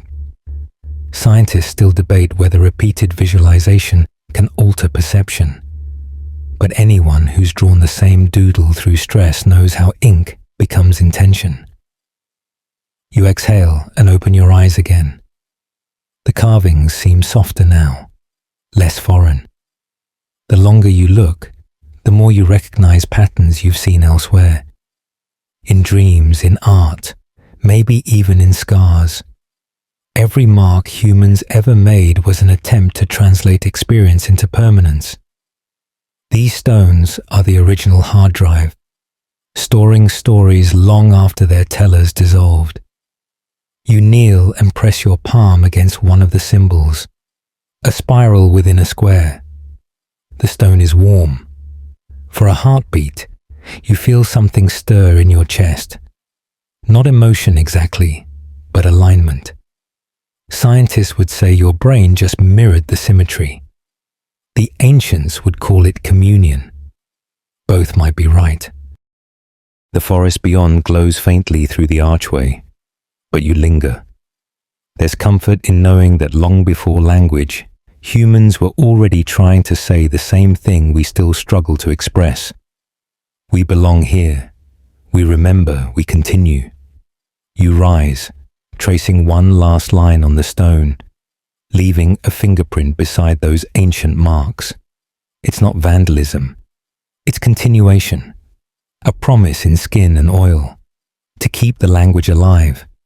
And as you step forward, you can almost hear the walls whisper back, "We never stopped speaking." The ancient calendar, time as a living circle.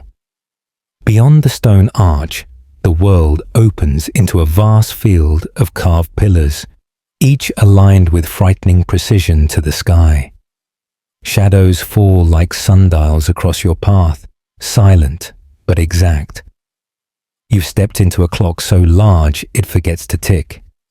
The ancients didn't measure time with machines. They built it into the land. Here, sunrise and solstice were scripture, and every stone marked the heartbeat of the world. You tilt your head back. Above you, the night sky hums with constellations so sharp they look etched. The ancients didn't just look at stars, they listened to them. In Mesopotamia, priests tracked Venus to predict harvests. The Maya built calendars that outlived their kings. The Celts used the dance of shadows at Newgrange to announce the year's rebirth.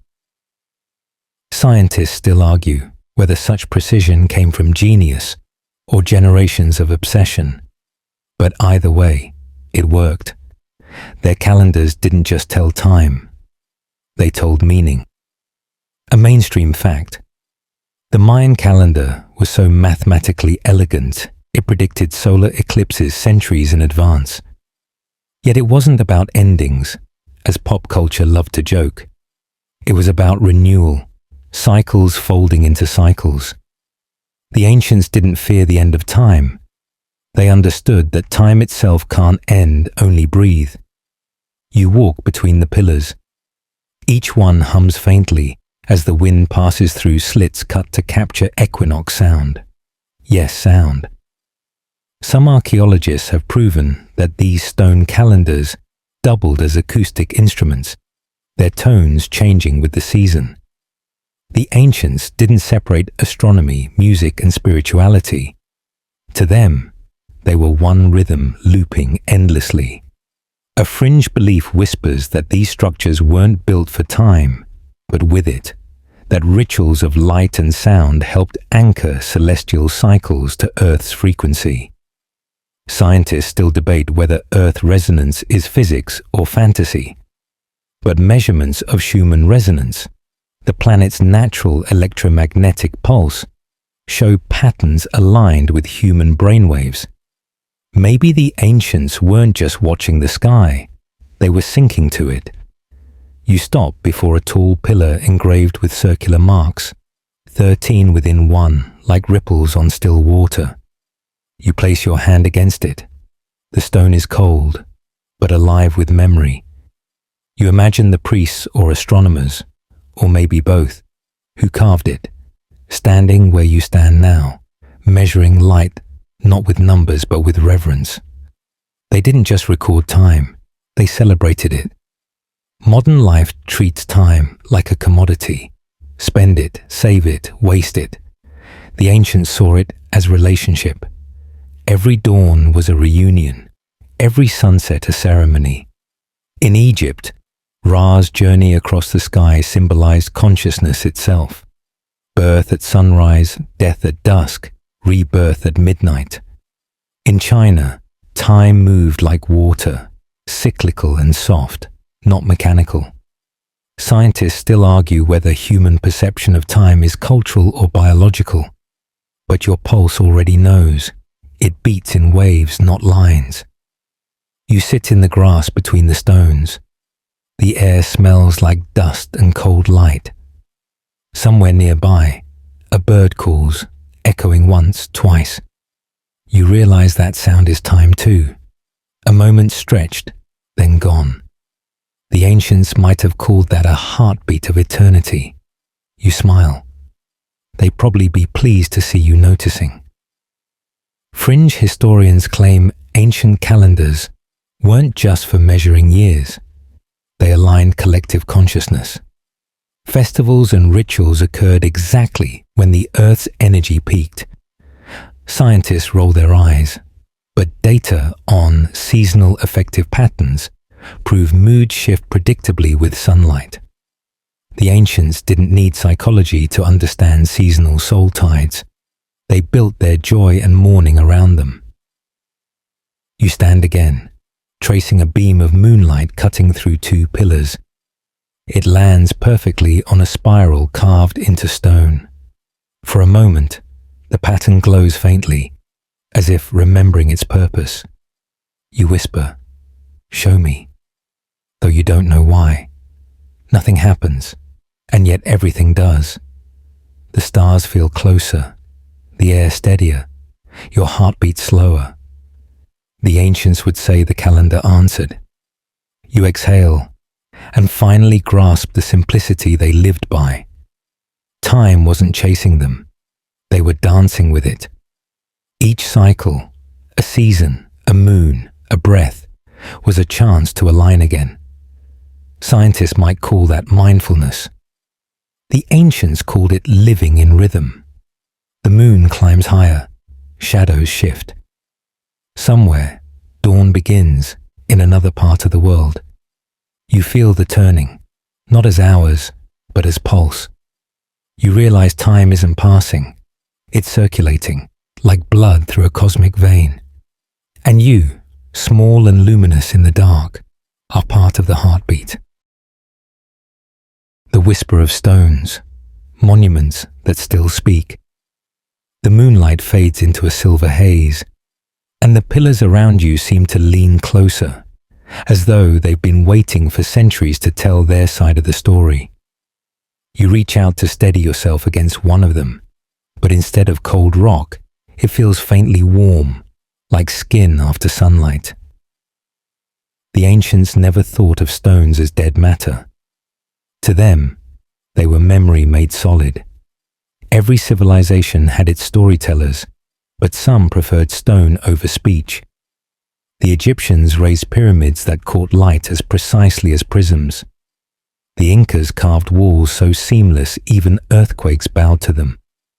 And scattered across continents, countless smaller monuments, standing stones, cairns, dolmens, mark not power, but remembrance. Scientists still argue whether these were tombs, temples, or calendars, but the truth is probably yes and. The ancients didn't divide meaning the way we do. A mainstream fact: the Great Pyramid's alignment to true north is accurate within 1/15th of a degree, better than many modern compasses. Yet it was built without steel tools or lasers. Fringe theorists love to fill that gap with aliens, archaeologists with genius. Maybe both underestimate what patient reverence can do. Imagine building something not for profit or fame, but to say, we understood something vast and we wanted to honor it. You walk deeper into the field of stones.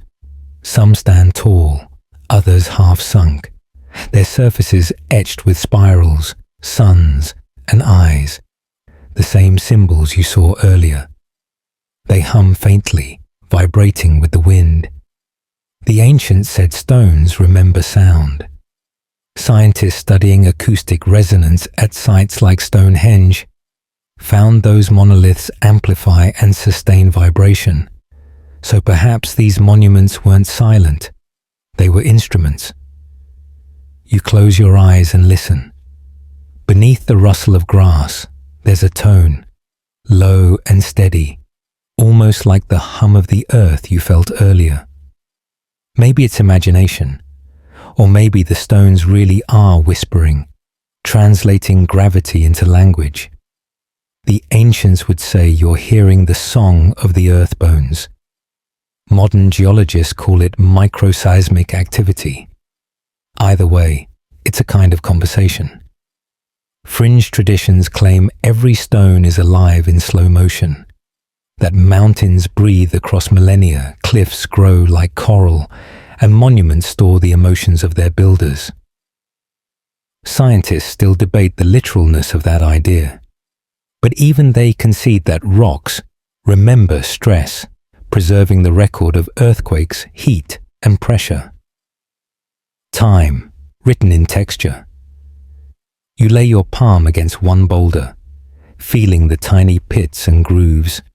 It's older than civilization, but somehow intimate, as if it recognizes touch. Maybe that's why people carve faces into stone, not to humanize rock, but to admit that rock already understands us. A flicker of light catches your eye. The surface before you glimmers faintly, revealing chisel marks in patterns too deliberate for erosion. Circles inside triangles, like star maps. The ancients often mirrored the heavens in their monuments. As above, so below wasn't philosophy. It was blueprint. Scientists have mapped stellar alignments across sites from Giza to Teotihuacan, finding uncanny precision. They call it coincidence of engineering skill. But standing here, it feels more like reverence rendered tangible. You step between two stones that form a narrow corridor. The air shifts temperature, cooler now, denser. You whisper a word, and the sound stretches, echoing back warmer, rounder. The space is tuned, acoustically perfect. Ancient architects understood sound the way we understand light. Some rituals began not with speech, but with resonance. Tones meant to wake the spirits of stone. You sit down, cross-legged, at the center of the circle. Around you, the stones rise like sentinels. You remember how modern buildings crumble in decades, yet these stand defiant against erosion and forgetting. Maybe permanence itself was once prayer. The ancients built in stone because they knew humans fade faster than meaning. Scientists can explain longevity through density and climate, but can they measure devotion in granite? A soft wind sighs through the monument, and for a moment, you hear words that aren't quite words. Tones shaped into emotion. Gratitude, perhaps, or amusement at your temporary flesh trying to decode eternity. You smile. The ancients didn't build these to impress us. They built them to remind us we were never the first to wonder. The air settles, the hum quiets. You run your hand along the rough edge one last time. It leaves a trace of dust on your skin, stone memory meeting human touch. Maybe that's all monuments are meant to do. Remind time that someone was paying attention. You stand and bow your head, not to worship, but to listen one more time. The stones whisper back, not in language, but in feeling. Something like, we're still here. We always will be. And as you walk away, the sound fades into silence, but the silence feels full. The science of the soul. What the ancients knew about energy. The whisper of the stones lingers in your ears as you step into a soft, golden light. It doesn't feel like sunlight. It feels internal, as if something within you has been quietly switched on. The air hums faintly, almost electric. Here, you sense what the ancients might have called spirit, essence, or breath of life. What modern science might politely rename energy. Different vocabulary, same mystery. The ancients didn't separate the physical from the spiritual. They saw the body as a vessel of current, the heart a generator, the breath a tuning fork.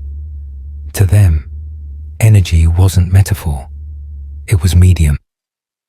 The Egyptians spoke of Ka and Ba, twin forces animating flesh. The Chinese mapped Qi, flowing through meridians. The Indians charted prana and chakras, spinning wheels of light within the spine. And even in the West, the Greeks described pneuma, the vital fire connecting mind to cosmos. Modern physics might call it bioelectricity, but the sensation is the same. Aliveness that hums. A mainstream fact, your body really does emit measurable electromagnetic fields. The heart's field extends several feet beyond the skin, pulsing with every beat. Scientists still argue whether those fields influence others, but experiments suggest our nervous systems sync with people nearby. The ancients didn't need machines to prove it. They simply called it presence. You felt it too. That quiet gravity when someone peaceful enters a room, or the static crackle around chaos. You sit down in the soft light and notice subtle movement beneath your skin. A rhythm, maybe even a vibration. The ancients would say, that's your energy shifting. A yogi might tell you your kundalini stirs. A Taoist, that your qi circulates. A neurologist might describe the same thing as electrical firing between neurons. Scientists still debate whether mystical experiences are neurochemical events or glimpses into larger reality, but both sides agree. Something measurable does change when consciousness deepens. You close your eyes. Within the darkness, you see colors pulsing faintly. Blue, green, gold. Are they imagined? Or are your optic nerves translating internal frequencies? Fringe researchers suggest meditation can alter the brain's electromagnetic output. Others claim certain frequencies correlate to heightened awareness. The ancients didn't label waves or charts. They felt the resonance and learned to steer it. A breeze touches your face, though no wind stirs. The temperature shifts, not warmer, not colder, just different. You realize you're not alone. You're immersed. Every atom around you vibrates at its own pitch, part of an invisible symphony. Scientists call it quantum vibration. Mystics call it the song of existence. The ancients didn't argue. They danced to it. In ancient healing, balancing energy was everything. The Chinese used acupuncture to open blocked currents. The Mayans used jade and obsidian to realign subtle fields. Even in medieval Europe, physicians spoke of humours and vital airs. The idea was universal. Imbalance within creates imbalance without. Today's science echoes that in its own tongue. Stress alters hormones, mood affects immunity. The ancients didn't measure cortisol. They just said, your spirit is tired. You exhale slowly, letting thoughts settle. Beneath the hum of your pulse, you feel a quiet warmth radiating outward, like candlelight from within. This, the ancients would say, is the soul remembering itself, not a ghostly passenger, but the organizing intelligence that keeps your atoms in conversation. Scientists still debate consciousness. Is it product or origin? Brain or field? The question loops endlessly, but you feel no need to solve it. You can sense your own energy, not imagined, but undeniable. Fringe mystics claim this energy survives death, rejoining the universe like vapor to rain. Physicists might raise an eyebrow, yet energy cannot be destroyed, only transformed. That's not mysticism, that's thermodynamics. The ancients would grin and say, exactly. You raise your hand and notice faint tingling between your fingers. Static? Maybe. Or maybe awareness itself made visible. Some call it aura, others electromagnetic bleed. Either way, you feel connected. Your outline less defined. Your body porous to everything around you. The light around you shifts again, pulsing gently with your breath. Each inhale brightens it. Each exhale softens it. You realize energy isn't something you have. It's something you are. Constant exchange, constant conversation. The ancients built temples to honor that truth. Modern life builds batteries. Both chase the same principle. Charge, connection, renewal. A soft sound rises from nowhere, like the hum of a distant string. You realize it's your own pulse echoing through the space. For a moment, everything, body, breath, thought, world, vibrates in perfect alignment. There's no division left between inner and outer, only current. Scientists still argue whether consciousness influences matter. The ancients would answer, of course it does. Look around. You're made of stardust that decided to think. You smile, because for once, science and soul seem to be agreeing quietly in the language of energy. You don't need proof. You can feel it. The balance of the elements, fire, water, air, and earth. The light fades, and when it returns, it comes divided. 4 streams of color curling around you like ribbons. Red for fire, blue for water, white for air, green for earth. They circle lazily, neither competing nor colliding, and you realize you're standing in the middle of a lesson every civilization once learned by heart. Everything that exists is made from balance. The ancients didn't see the elements as metaphors, they saw them as family. Fire was spirit, water emotion, air thought, earth body. Each had power, but none survived alone. Aristotle codified them. The Chinese arranged them into 5, adding metal and wood. The Hindus called them tattvas. Indigenous peoples everywhere simply knew them. Scientists still argue whether these early models were primitive chemistry or profound psychology, but you can feel why they endured. The balance still holds. You kneel and touch the ground first. It's cool, dense, full of quiet strength. Earth represents stability, the keeper of form. Ancient farmers thanked her as mother, artisans as teacher. Modern science calls her minerals and molecules, but the wisdom remains. Nothing grows without grounding. A mainstream fact: every atom in your bones was once dust from an exploded star. You're literally built from cosmic earth, anchored by stardust pretending to be human. Next, you reach toward fire. A flicker leaps from your fingertips, warm but not burning. Fire is transformation, the will to change states. The ancients used it for rituals, metalwork, and rebirth. They feared it, fed it, learned from it. Scientists still debate whether mastery of fire was humanity's defining moment. But you know it. Without that spark, we'd still be whispering in the dark. Fire reminds you that destruction and creation often share the same flame.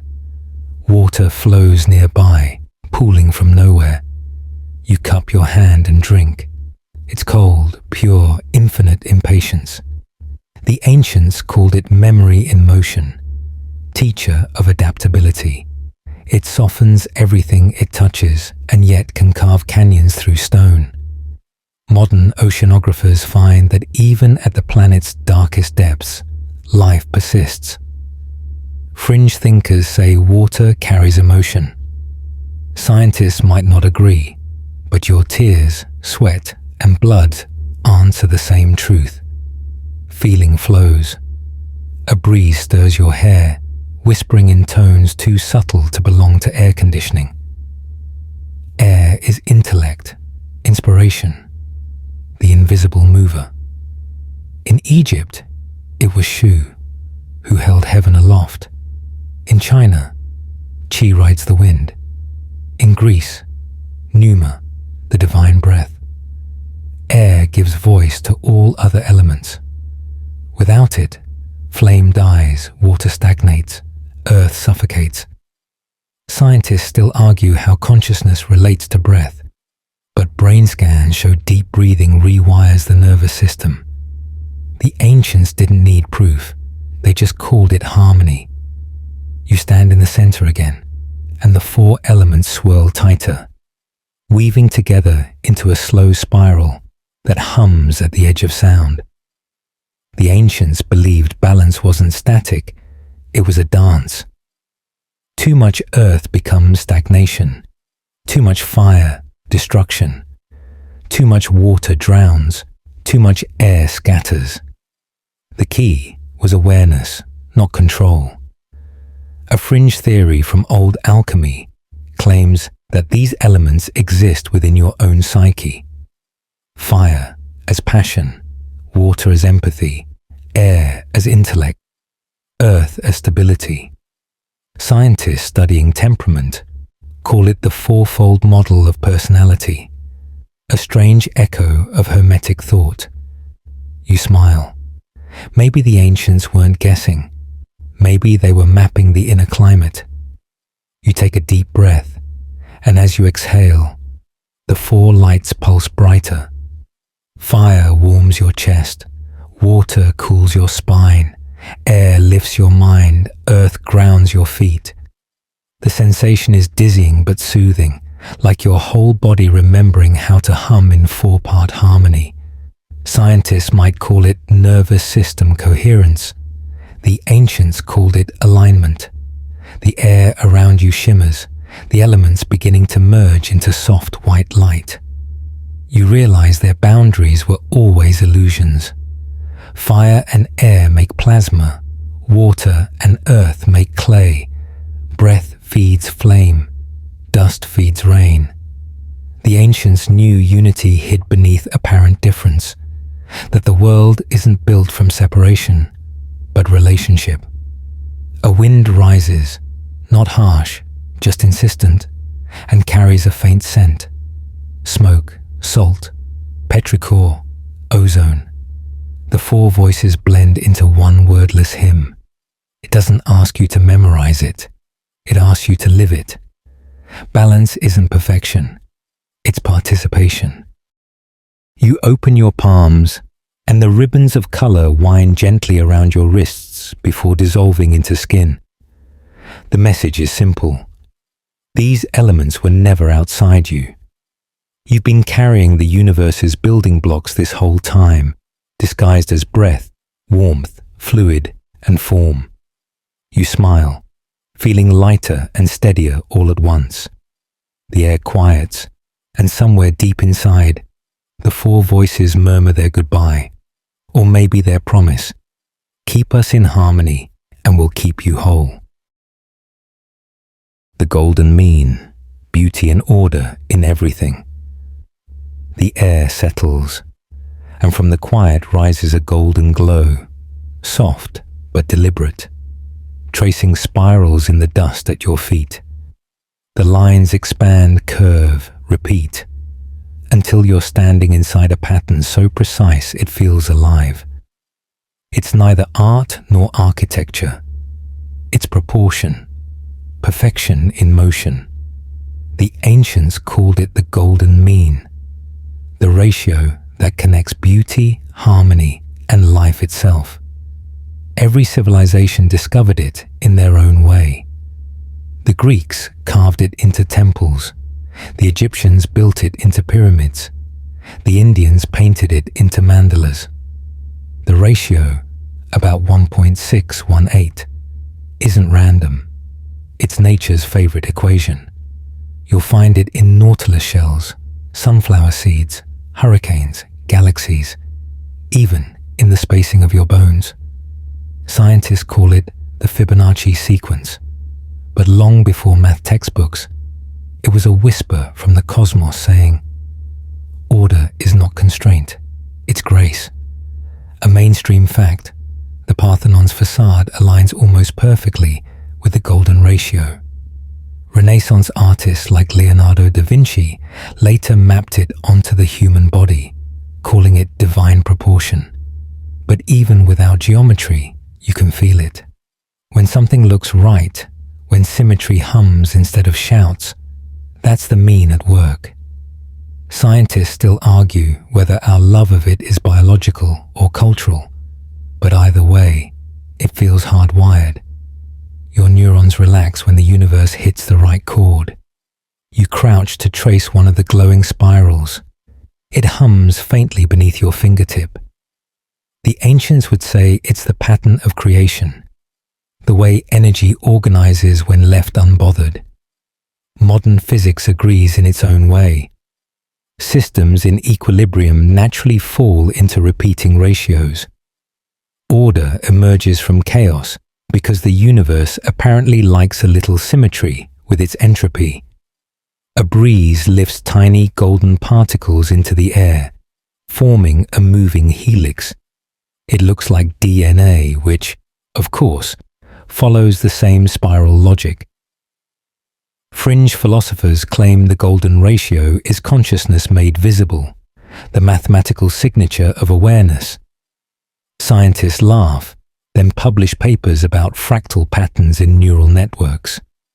Maybe the joke's on no one.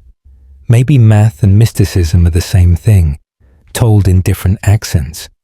You stand in the middle of the spiral, and for a moment, it feels like standing inside balance itself. The air seems lighter, the colors gentler. You realize symmetry isn't about control, it's about conversation. The ancients used proportion not to constrain creativity, but to let it resonate. Cathedrals, ziggurats, and mandalas weren't just designs. They were tuning forks for the human spirit. Step into one, and your heartbeat slows to match the architecture. A fringe theory claims these spaces emit measurable frequencies that calm brainwaves. Scientists still debate that, but anyone who's ever felt peace in a temple, or even in a well-designed garden, knows the feeling is real. Harmony isn't decoration, it's medicine. You breathe deeply, and even your inhale seems to follow the curve of the spiral. Each breath feels mathematical, rhythmic. The ancients believed beauty was a moral force, a mirror of cosmic integrity. To them, ugliness wasn't about appearance. It was dissonance, a break in order. In restoring proportion, They believed they restored health. Modern psychology agrees more than it admits. Humans find balance soothing because our brains crave predictability. The golden mean is simply the universe saying, "Relax, I've got this." You look up and the spiral expands into the sky, clouds curling in precise arcs, stars forming faint trails in mirrored curves. You laugh softly. Even chaos looks choreographed. Maybe it always was. Scientists call that pattern-seeking bias. Mystics call it revelation. Either way, you're participating in something vast that clearly knows what it's doing. The ground beneath your feet glows brighter. The spirals begin to move faster, converging toward your center. You feel warmth spread through your body, not heat, but alignment, as if your molecules are rearranging themselves into better posture. For once, everything feels proportional. Breath to body, thought to world. Fringe mystics say enlightenment isn't some mysterious burst of light. It's when your energy matches the geometry of existence. Scientists might phrase that differently, but they're both describing coherence, where systems vibrate in sync. You realize the golden mean isn't about numbers. It's about remembering your place in a pattern that never needed fixing. The spirals dissolve, their glow fading into air, but something of them lingers, in your breath, your gaze, your heartbeat. You understand now why the ancients chased beauty, not vanity, but recognition. Every curve in nature, every ratio in art, is just the universe practicing self-portraiture. You smile, feeling the quiet satisfaction of symmetry restored. The pattern was never outside of you. It was the blueprint within. The inner fire, alchemy of the mind and heart. The golden spirals fade, and from their center rises a glow, warmer, redder, pulsing like a living ember. You feel it flicker in your chest, soft at first, then steady. It's not outside, it's within. The ancients called this the inner fire, the flame that refines the self. Not the fire that burns wood, but the one that burns illusion. Every culture knew it.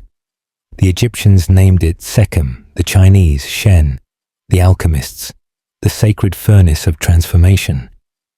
Modern psychology might call it emotional resilience or neuroplasticity, but you can sense the truth. It's simply your ability to transmute pain into light. You sit, eyes closed, letting the warmth build. It rises through your spine like sunrise through fog, turning shadows into shapes. The ancients saw this process as alchemy, not the cartoonish quest to make gold, but the sacred art of refining spirit. Lead wasn't metal. It was ignorance, fear, ego. Gold wasn't wealth. It was awakening. Scientists still argue whether alchemical texts were chemistry manuals or coded meditations. But either way, they describe what you're feeling now, transformation from the inside out. A mainstream fact, Carl Jung studied those alchemical manuscripts and concluded they were psychological maps, early models of personal evolution. The ancients didn't need therapy couches or self-help sections. They had furnaces and symbols. They built their healing into metaphor, then lived it. You breathe deeper.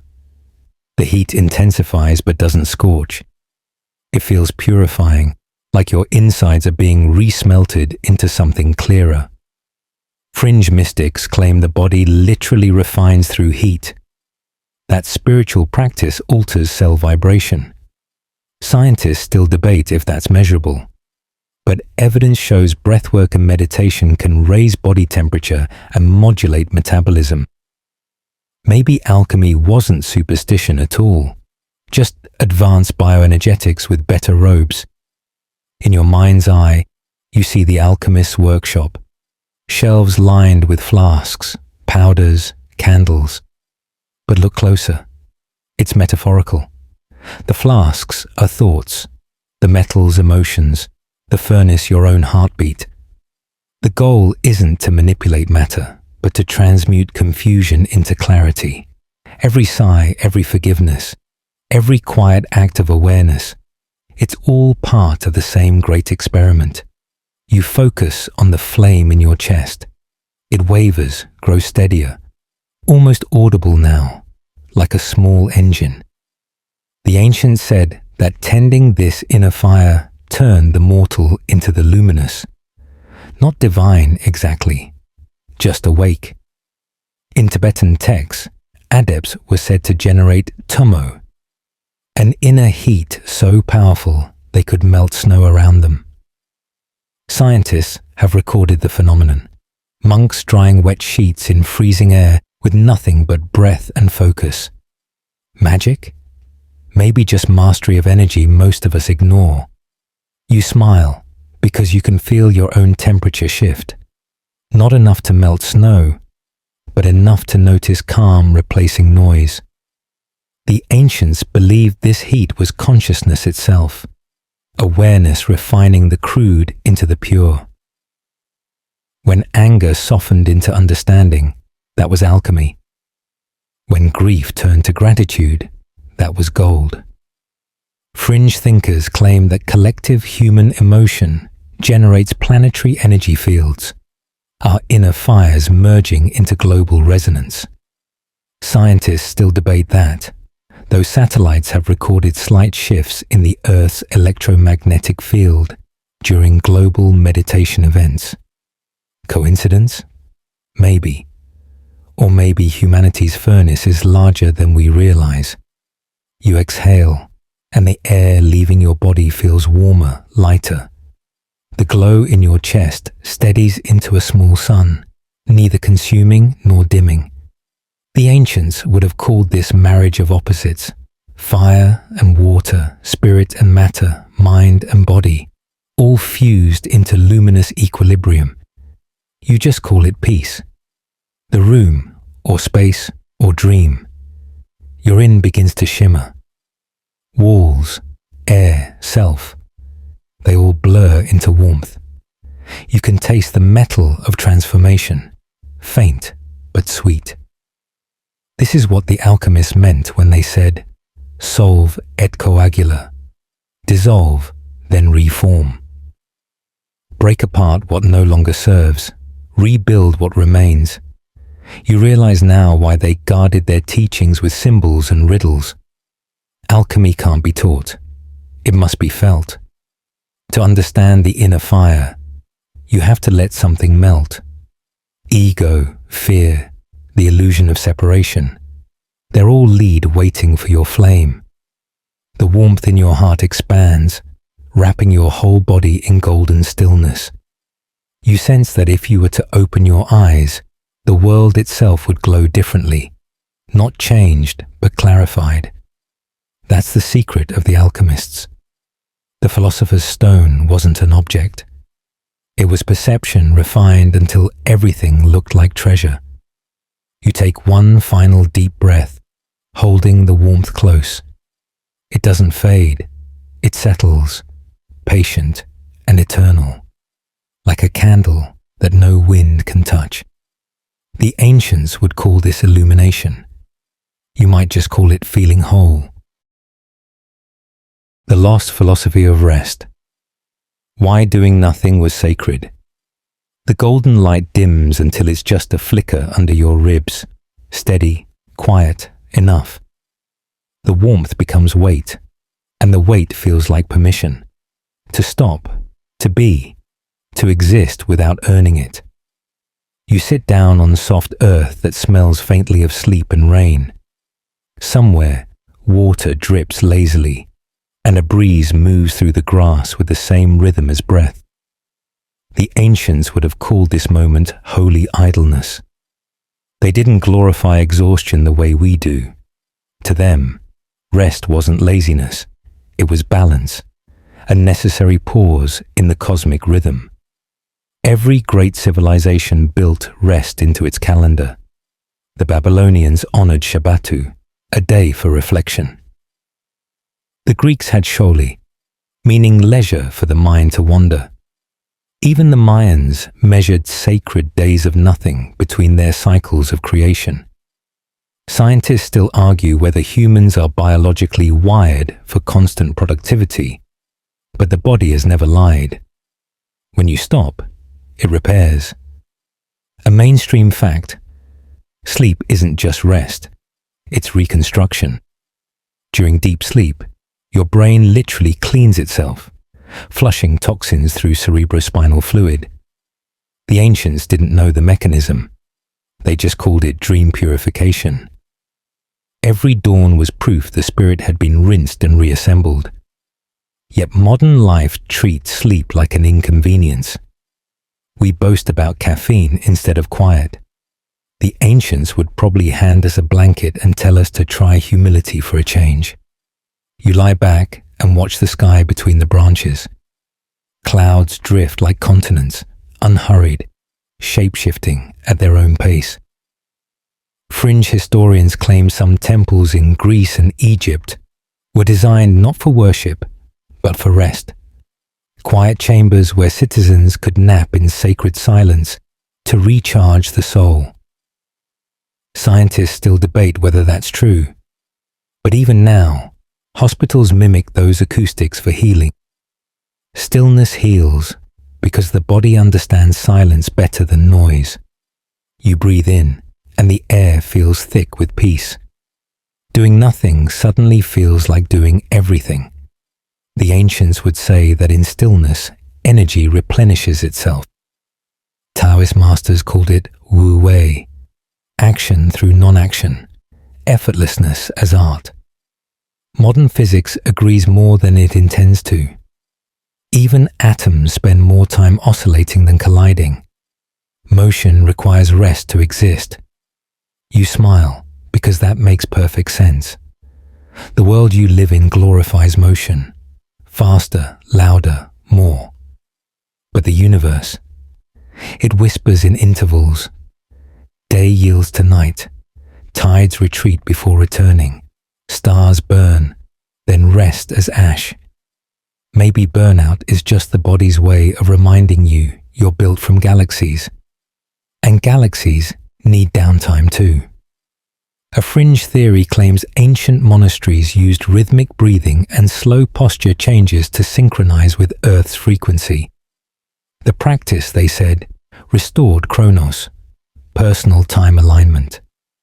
Scientists still argue whether that's measurable, but anyone who's walked barefoot on cool grass after stress knows something recalibrates. Maybe that's what the ancients meant by sacred rest. Not absence of activity, but reunion with rhythm. You turn onto your side and close your eyes. Behind your eyelids, light pulses softly. For the first time, your thoughts stop performing. They drift like leaves. Some float, some sink, none demand. This is the rest ancient mystics called empty fullness. It's not escape, it's repair. Modern neuroscience describes the same thing as the brain's default mode network, the place where imagination and healing live when you stop trying. So even in stillness, you're quietly growing. A bird sings, then falls silent. The pause feels longer than the sound. The ancients loved that space, the breath between notes, the still point where presence blooms. They said that's where gods hide, in the quiet between effort and surrender. Scientists still debate consciousness, but here, lying beneath slow clouds, you don't need to prove awareness. You are awareness. You exhale. The earth beneath you feels patient. You think of all the things you've postponed until you have time, and realize time has always been waiting for you to stop running. The ancients might laugh softly and say, "You can't chase peace. It only approaches those who sit. The breeze slows. The air thickens with warmth and calm. Somewhere deep inside, that inner fire you tended earlier hums, not as ambition now, but as gentle pulse, alive, but resting. This, the ancients knew, was real wealth, to be still and need nothing. You stretch once, lazily, like a cat in sunlight. The universe stretches with you. No rush, no goal.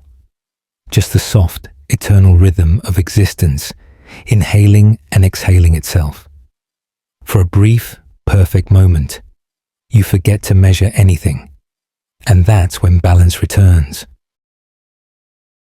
The sacred feminine, the wisdom of creation. The stillness softens further, and a warmth rises from the earth, gentle, golden, nurturing rather than burning. It feels less like light and more like embrace. You open your eyes to find yourself standing in a meadow bathed in twilight, the air humming with crickets and distant thunder.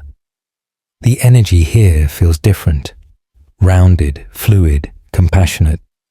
The ancients would have called it the sacred feminine, the creative pulse that sustains rather than conquers. This wasn't about gender or hierarchy. It was about balance. The ancients saw the universe as a partnership between active and receptive forces, solar and lunar, structure and flow. The sacred feminine was the principle of nourishment, intuition and rhythm, the intelligence of cycles. Somewhere along history's line, that reverence was replaced with hierarchy. But once, the world bowed to mothers, rivers, and moonlight alike. A mainstream fact, the oldest known figurine, the Venus of Hohlefels, carved 40,000 years ago, celebrates fertility and continuity. It predates writing, agriculture, and perhaps even organized religion. The ancients honored creation long before they tried to control it. Scientists still argue whether these figures were goddesses, charms, or art, but their message endures. Life begins with care. You walk deeper into the meadow. The air smells of jasmine and damp soil. Fireflies blink like thoughts half remembered. In the distance, a small stone circle stands, not for astronomy this time, but offering. At its center burns a single flame, surrounded by wildflowers. You kneel beside it and feel the hum of presence, not personal, but planetary. The ancients didn't separate spirituality from ecology. To them, earth was body, body was earth. When the soil sickened, so did the soul. Fringe scholars claim the earliest temples at Tlaloyuk, Malta, and Knossos were dedicated not to war or kings, but to the Great Mother, symbol of unity and regeneration. Scientists still debate that interpretation, but archaeological layers tell their own quiet truth. Early civilizations flourished under balance, not domination. The shift came when humanity forgot that to nurture is as powerful as to build. A breeze stirs carrying a faint rhythm, drumming, maybe heartbeat. You close your eyes. It syncs with your pulse. For a moment you sense something vast moving through you, the same wisdom that tells the tide when to rise, the seed when to sprout, the moon when to bloom and fade. The ancients called that rhythm Ma'at in Egypt, Shakti in India, Gaia in Greece. Different names for the same eternal intelligence.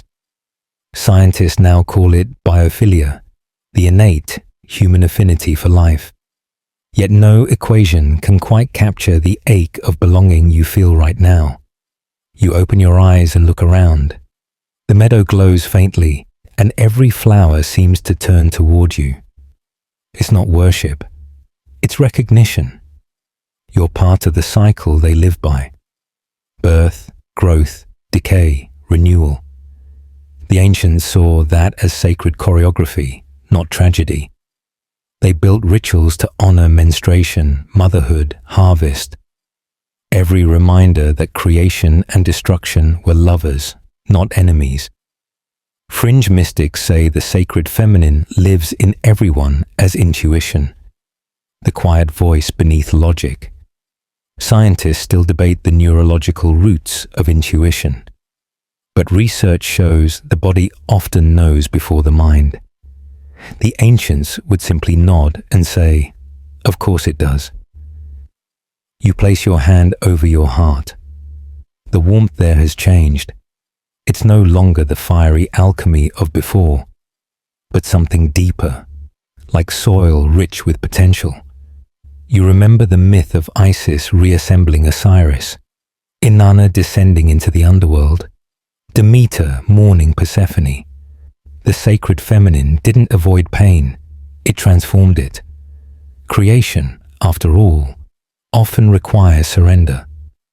The wind shifts again, and the fire in the circle flares softly, as if breathing. You realize this light isn't meant to consume. It's meant to comfort. The ancients kept such flames burning in temples for centuries.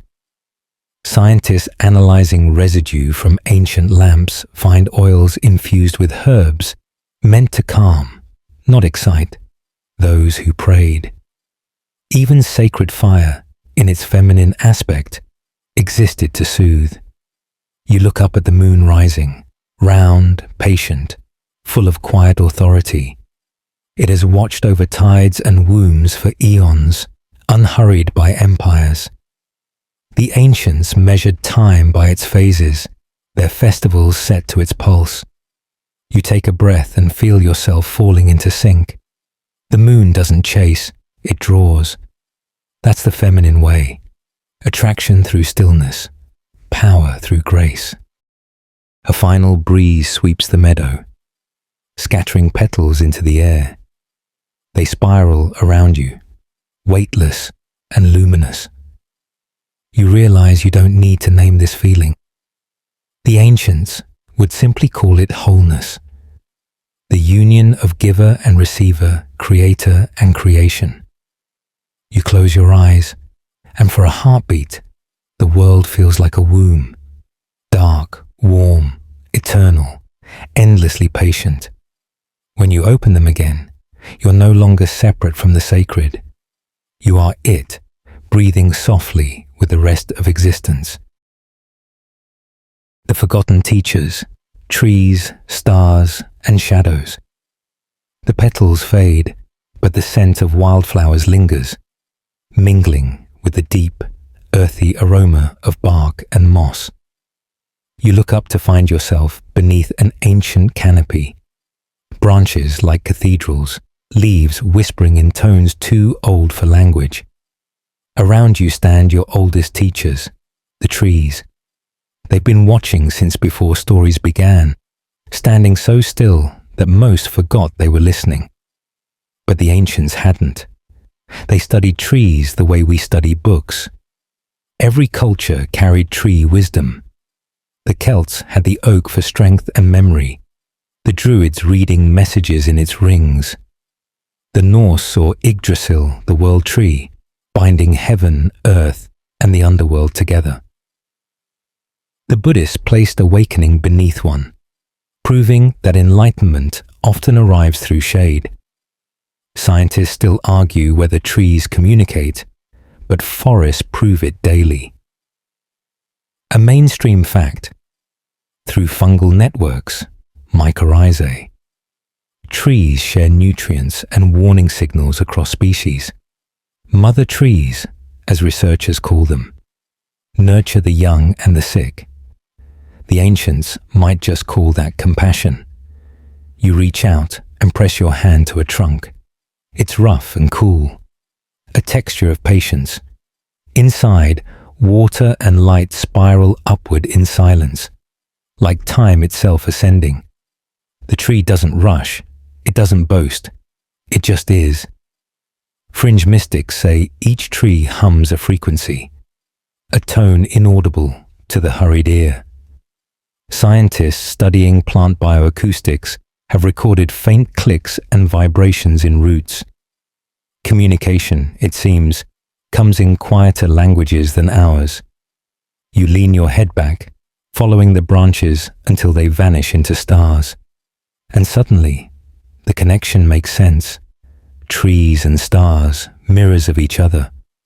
One rooted in soil, one in sky, both burning with ancient light. The ancients didn't separate them.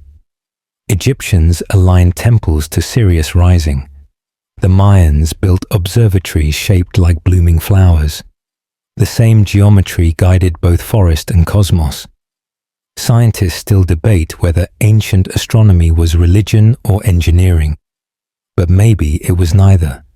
It was reverence. You lie down in the grass, the canopy above slowly transforming into constellations.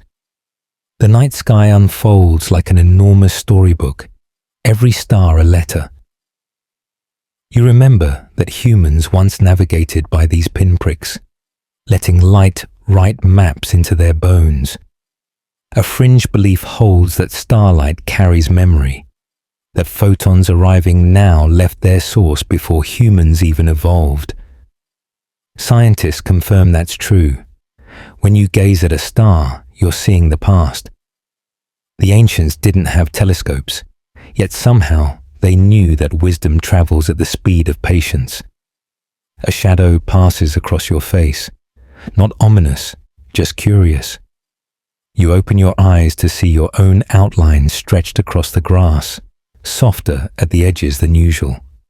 Shadows, too, were teachers once. In Egypt, they symbolized the Ka, a living double. In Greece, Plato used shadow as metaphor for ignorance and awakening. In the East, they represented yin, the receptive, the unseen. Modern psychology reclaims the idea, Carl Jung's shadow self, the parts of us we refuse to meet. Scientists still argue how awareness transforms behavior, but the ancients would have said, light needs contrast to know itself.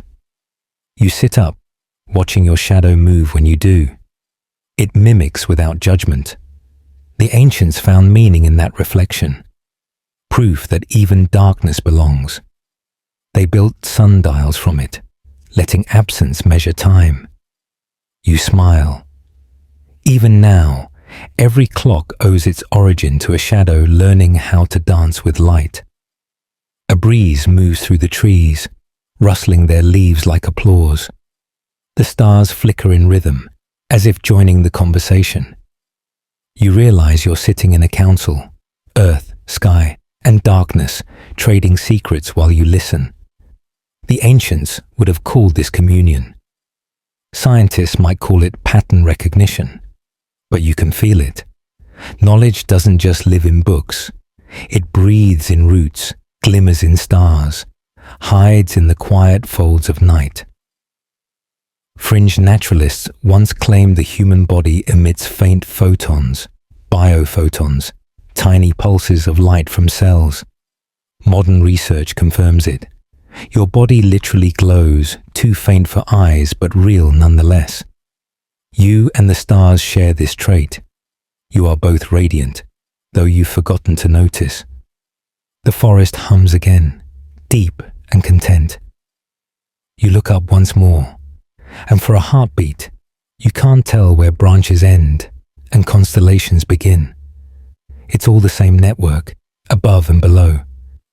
You whisper a quiet, "Thank you," and somewhere, maybe in chlorophyll or starlight, the answer comes back, not in words, but in sensation. We've been teaching all along. You close your eyes, and the lessons root themselves gently.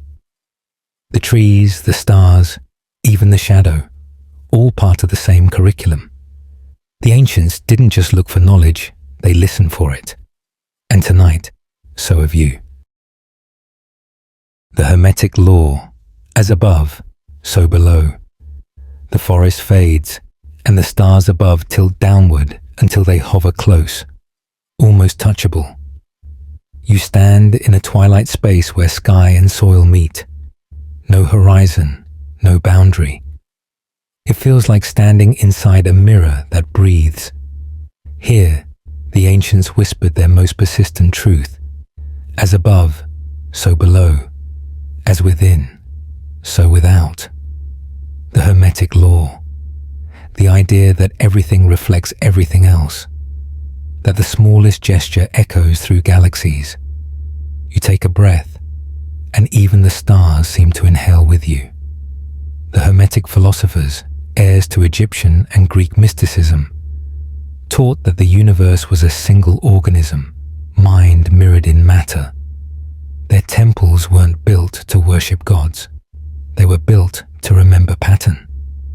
Scientists still argue whether the cosmos has consciousness, but they keep finding fractals in everything, from brain cells to galaxies, from lightning to rivers. Nature keeps copying itself, as if to prove the point. A mainstream fact: neurons in the human brain form networks nearly identical in structure to the cosmic web that connects galaxies. Same pattern, different scale. When astronomers map the observable universe, it looks suspiciously like a brain scan. The ancients didn't have telescopes or MRI machines, but they somehow intuited this symmetry. Maybe they didn't discover it, they remembered it. You glance down and see a puddle at your feet. It reflects the stars so clearly that for a moment you can't tell whether you're looking down or up. The Hermetic texts say the microcosm and macrocosm are twins. What happens in one happens in the other. Modern physics, in its own cautious dialect, calls it quantum entanglement. Scientists still debate the implications, but the idea remains the same. Distance doesn't break relationship. A soft wind passes over the mirrored ground, rippling the reflection. The stars above shimmer in response, their light flickering with the same rhythm.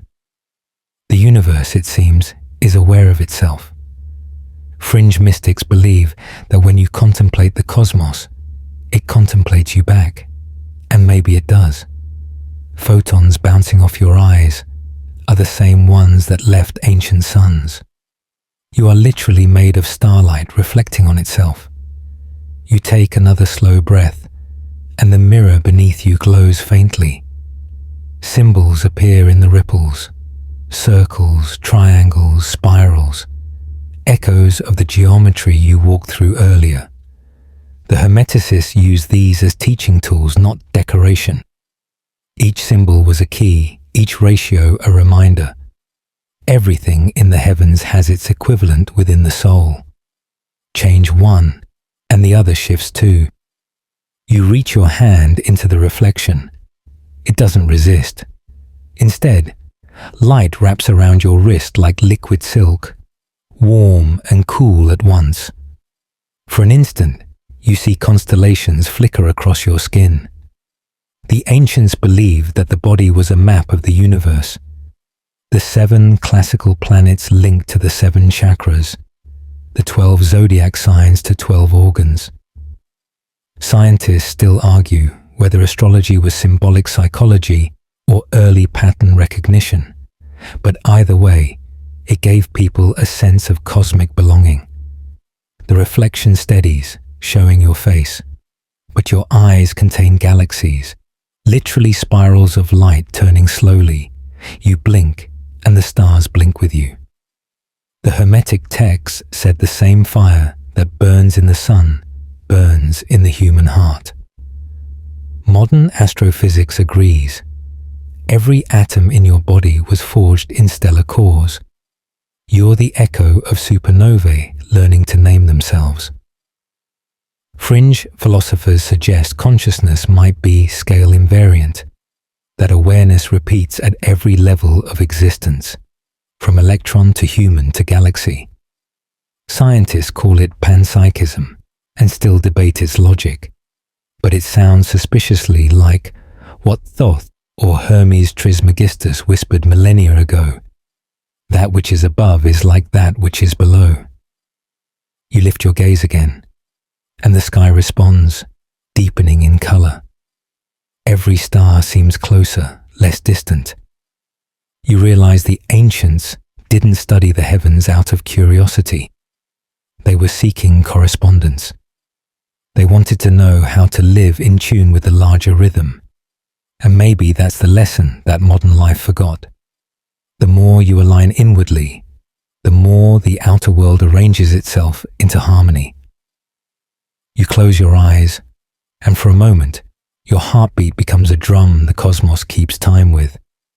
Each pulse, each breath, feels like a translation of universal rhythm into personal song. The Hermetic Law isn't theory, it's relationship. The infinite reflected in the intimate. When you open your eyes, the puddle has vanished, absorbed back into the earth. But the stars remain, shimmering faintly inside your chest. You smile, understanding that, as above, so below, isn't something to believe. It's something you already are. The mirror didn't show you the sky. It showed you yourself, another piece of the cosmos remembering its own pattern. The music of the spheres, harmony in the cosmos. The mirrored stars dissolve into soft vibration, no longer light, but tone. You don't hear it exactly, you feel it, a low hum weaving through the air like silk. The ancients called this the music of the spheres, the idea that every planet, star, and atom sings its own note in the grand cosmic symphony. You stand perfectly still, and the world seems to tune itself around you. To the Pythagoreans, this wasn't poetry, it was math. They believed the distances between planets corresponded to musical intervals, that geometry and harmony were one. There is geometry in the humming of the strings, Pythagoras said, and music in the spacing of the spheres. Scientists still debate how literal that idea was, but modern astrophysics agrees the universe vibrates. Planets, stars, even black holes emit frequencies, some so deep we can only translate them into sound. A mainstream fact. NASA recorded the electromagnetic voices of planets. Saturn hums in eerie harmonics. Jupiter pulses like a slow drum. Earth itself sings a gentle oscillation known as the Schumann resonance, roughly the same frequency as human brainwaves in meditation. The ancients would call that proof. We're in the band. You tilt your head, and the tones shift, forming chords that seem familiar. Maybe they echo the heartbeat, or breath, or something even older. Fringe mystics say the universe began not with light, but with sound, a primordial Om, whose reverberation shaped matter. Scientists still argue whether the Big Bang left behind sound waves, but recordings of cosmic background radiation reveal faint ripples that behave like vibration through space-time. The ancients would smile. Told you so. The tone deepens. You close your eyes, and the sound expands until it fills your chest. It's strangely comforting, like a lullaby sung by gravity itself. The ancients used music to model the cosmos. 7 notes for 7 heavenly bodies, 12 tones for 12 zodiac signs. They tuned instruments to planetary frequencies, believing the right chord could realign body and soul. Modern researchers now explore sound therapy, finding that resonance can alter brain chemistry and cellular activity. The ancients would simply call it harmony. You open your eyes, and the air around you ripples. Streams of color move through the vibration, blue, gold, violet. Each hue a frequency made visible. The ground beneath your feet seems to hum in response. You realize you're standing in resonance, like a string struck gently by the hand of the universe. You laugh softly. If the cosmos is an orchestra, then maybe every breath you take is an instrument tuning itself. Fringe philosophers claim that when you speak with true intention, your words ripple through existence like music, sound reshaping energy. Scientists studying cymatics have shown that vibration can sculpt matter into geometric patterns, sand and water arranging themselves into perfect mandalas. The ancients already knew this. They carved the same patterns on temples, believing sacred chants could wake the stone. Maybe you've been singing reality all along without realizing it. You hum quietly, a note that feels natural.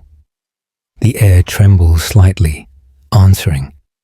Another tone joins it, lower, rounder, then another, until you're surrounded by chords. They come from nowhere or everywhere. Each vibration feels like a memory returning. The rhythm of the sea, the pitch of the wind through reeds, the murmur of blood in your veins. You've been surrounded by this orchestra forever. You just stopped listening. The sound thickens, warm as honey. It vibrates in your bones, smoothing the edges of thought. Scientists studying resonance say every cell has its own frequency, and when disharmony enters through stress or illness, the body detunes. Maybe this cosmic hum is retuning you, cell by cell, back to the key of life. The ancients would nod and call it attunement to the divine. A faint melody emerges, so subtle you almost miss it. A pattern of intervals that feels both new and ancient. You realize it's your own heartbeat woven into the music. Every living being adds a note to the universe's song. Even silence is part of the score. The tones begin to fade one by one, until only a single vibration remains, a low, steady hum, like the deep purr of existence itself. It's neither major nor minor, neither happy nor sad. It simply is. You understand now why the ancients found comfort in this harmony. When you remember the universe sings, loneliness becomes impossible. The final note dissolves into stillness, but the resonance stays inside you. Every breath you take hums faintly with the memory of the spheres. And somewhere out there, perhaps light years away, a star pulses back in rhythm. The old path of the sun, light as a guide to truth. The final tone fades, leaving a golden hush behind it. Then slowly, the horizon brightens, a deep orange that ripens into honeyed gold. You feel warmth brush your face. Dawn is rising, and with it, the oldest teacher of all, the sun. You followed fire, sound, stars, and silence. But this is the rhythm everything answers to. The ancients didn't just watch the sun, they built their lives around its path. You step onto a stone walkway glowing faintly with sunlight, each tile warm beneath your feet. Around you, faint outlines of ancient temples shimmer into view. Egypt, Stonehenge, Chaco Canyon, all facing east, all aligned to that same burning horizon. Every civilization, separated by oceans, found truth in the same direction. A mainstream fact, more than 80% of ancient monuments are aligned with solar events, solstices, equinoxes, the first morning light. Scientists still debate how they achieved such precision without modern instruments, but maybe they had something better: patience. The ancients saw the sun as more than light. It was understanding itself. In Egypt, Ra's daily journey across the sky symbolized consciousness rising from darkness. In Persia, Mithra carried truth in his chariot. The Greeks saw Helios as witness to all things, his gaze the origin of clarity. Even the Incas, high in the Andes, called themselves children of the sun. Scientists still argue whether sun worship was religion or science, but it feels like both. Gratitude disguised as geometry. You walk toward the horizon as the first beam of sunlight breaks free. The air glows thick with gold.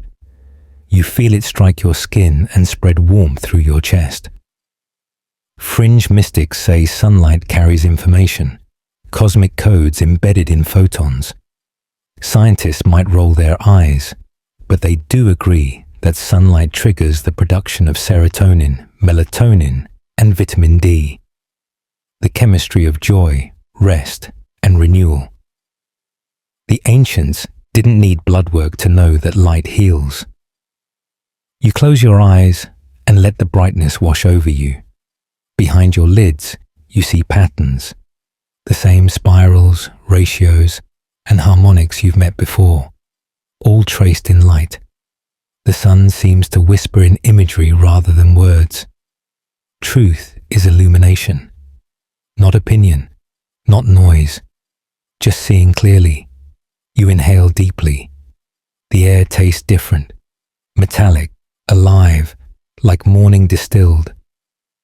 Fringe philosophers once claimed the ancients used the sun as both clock and compass, not just for travel, but for inner alignment. By following its arc, they mirrored its discipline, rising, working, resting, returning. Modern life forgot that rhythm.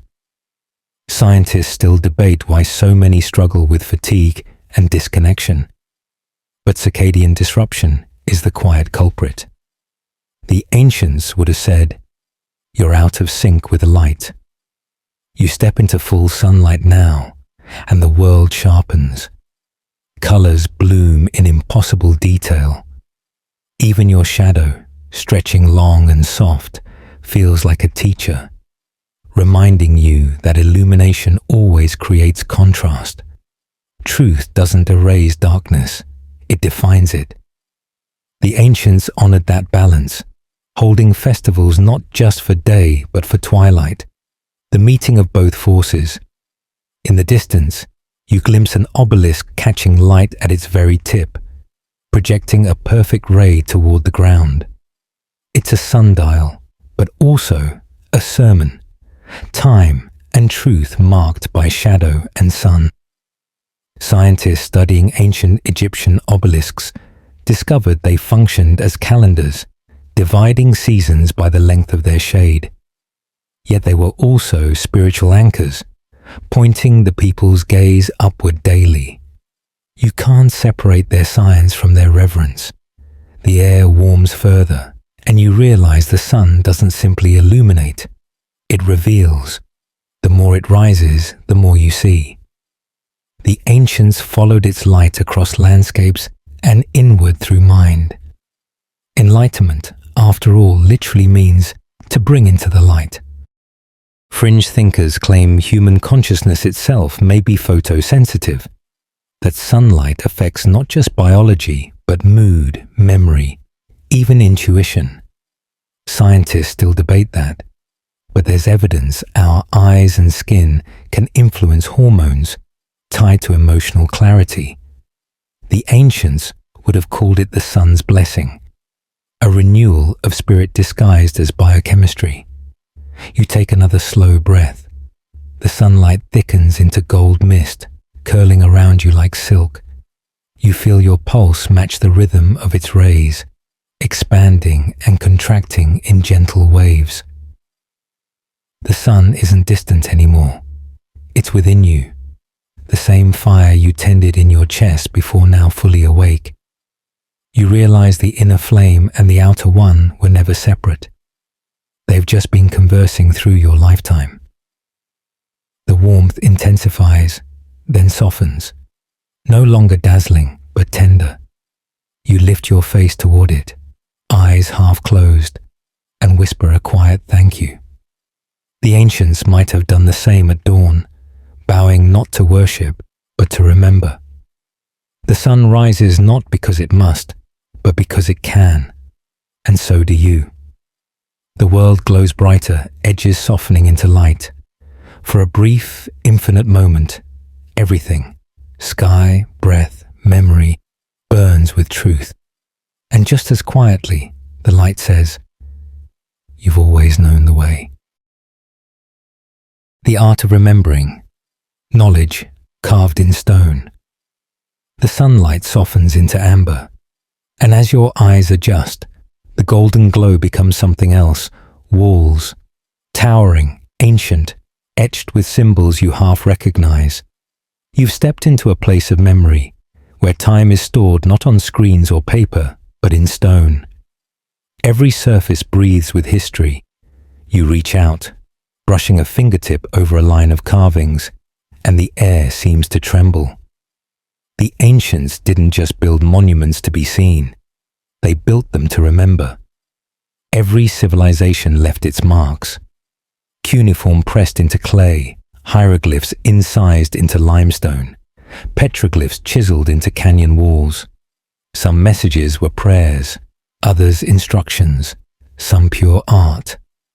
But all were acts of faith in continuity. We were here, they said, and this mattered. Scientists still debate what many of these inscriptions mean, but they all agree on one thing. Carving into stone meant expecting to be remembered. A mainstream fact: the Library of Alexandria wasn't the first archive of knowledge. It was simply the grandest. Long before it burned, temple walls from Egypt to Mesopotamia served as libraries. The ancients trusted rock more than parchment, because stone didn't lie, and it didn't rot. It was the earth's own memory. You can almost feel that permanence humming beneath your hand. The carvings shift subtly in the light, and you notice the same spiral and golden ratios you've seen before, patterns repeating across ages. The ancients encoded universal truths in architecture, music, and myth. Modern science is only now catching up. The way DNA coils, the way galaxies spin, it's all the same geometry written on different canvases. Fringe scholars claim ancient builders consciously replicated these cosmic blueprints. Scientists still argue whether that's coincidence or intuition, but the resemblance is uncanny enough to make you wonder. You walk deeper into the hall, and your footsteps echo like dropped pebbles in eternity. The sound itself feels sacred. In some ancient languages, words were believed to carry power even after silence. Egyptians called it Heka, the creative energy of speech. The carved word wasn't just text. It was a spell to keep knowledge alive. Even now, linguists find echoes of those ideas in living languages. Certain words still shape emotion, memory, even physical response. The ancients weren't wrong. Sound and meaning can sculpt reality. Fringe mystics suggest that the stone temples themselves recorded the vibrations of rituals performed within them. Scientists studying acoustic archaeology found that some chambers amplify specific frequencies linked to human resonance. Maybe the ancients didn't just write on stone, they wrote into it. You pause and whisper something, a single word, your own name, and for an instant, the walls seem to breathe it back. You can't help but think how modern memory pales by comparison. Data can vanish in a blink.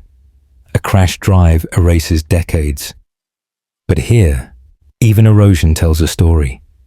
The ancients built for erosion, carving deep enough that the message would outlast misunderstanding. Maybe that's the art we've lost. Not remembering facts, but remembering meaning. The air around you thickens, dust and light mingling into something that feels almost alive. Faces appear faintly in the carvings, human, animal, celestial. They watch without judgment, patient keepers of what the world forgot. You imagine them whispering across time, their voices layered in stone. Learn to remember with more than your mind. Scientists still debate whether memory can be inherited, written into DNA. Evidence suggests trauma and resilience echo through generations. The ancients might have called that ancestral knowledge, the body remembering what the mind cannot.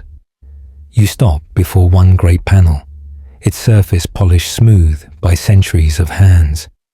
It depicts a single figure holding a flame inside a circle, knowledge preserved by devotion. You recognize it instantly. The inner fire you tended, the same flame mirrored in the sun, now immortalized in rock. The ancients understood that remembrance wasn't passive. It was sacred maintenance, keeping the light from fading. You take a breath and trace the flame's outline. It glows faintly, as if acknowledging your touch. You realize you're part of the same tradition now. Memory isn't backward-looking. It's connective tissue, binding present to past. The ancients carved for you as much as for themselves. Fringe thinkers once claimed that memory exists not in the brain, but in the fabric of space, like ripples in an invisible field. Scientists haven't proven it, but quantum information theory hints that nothing truly disappears. It only changes form. Maybe that's why standing here feels like déjà vu. You've been here before, in another life, another language, tracing the same lines. You step back. The sunlight catches the carvings just right, and suddenly the whole wall comes alive.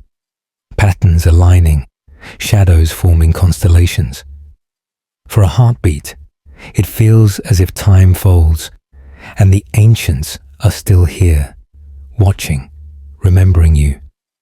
You bow your head, whispering a promise you can't quite translate, that you'll keep their wisdom alive, not in stone, but in spirit. And as you leave the hall, the carvings fade, but the memory stays written somewhere deeper than thought, etched in the quiet architecture of your own being.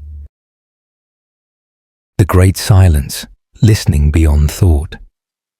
You step out from the carved hall, and for the first time in what feels like lifetimes, there's nothing. No sound, no echo, no hum of wind. The air itself seems to pause, dense and delicate, as though even molecules have decided to rest. It's not the silence of emptiness, it's the silence of presence, the kind the ancients called holy stillness. You stand perfectly still, half expecting the world to resume its rhythm, but it doesn't. Instead, the silence deepens until you can hear subtler things, the faint thud of your heartbeat, the hush of your breath, maybe even the quiet static of thought dissolving. Scientists call this auditory fade, threshold silence, the point where your brain stops filtering noise and starts expanding awareness. The ancients didn't need EEGs to understand it. They built whole monasteries around this sound of nothing. A mainstream fact, deep silence, even for a few minutes, can lower blood pressure and regenerate brain cells in the hippocampus, the region of memory and emotion. You think of monks meditating in caves, shamans waiting days before speaking, desert mystics who called silence the language of God.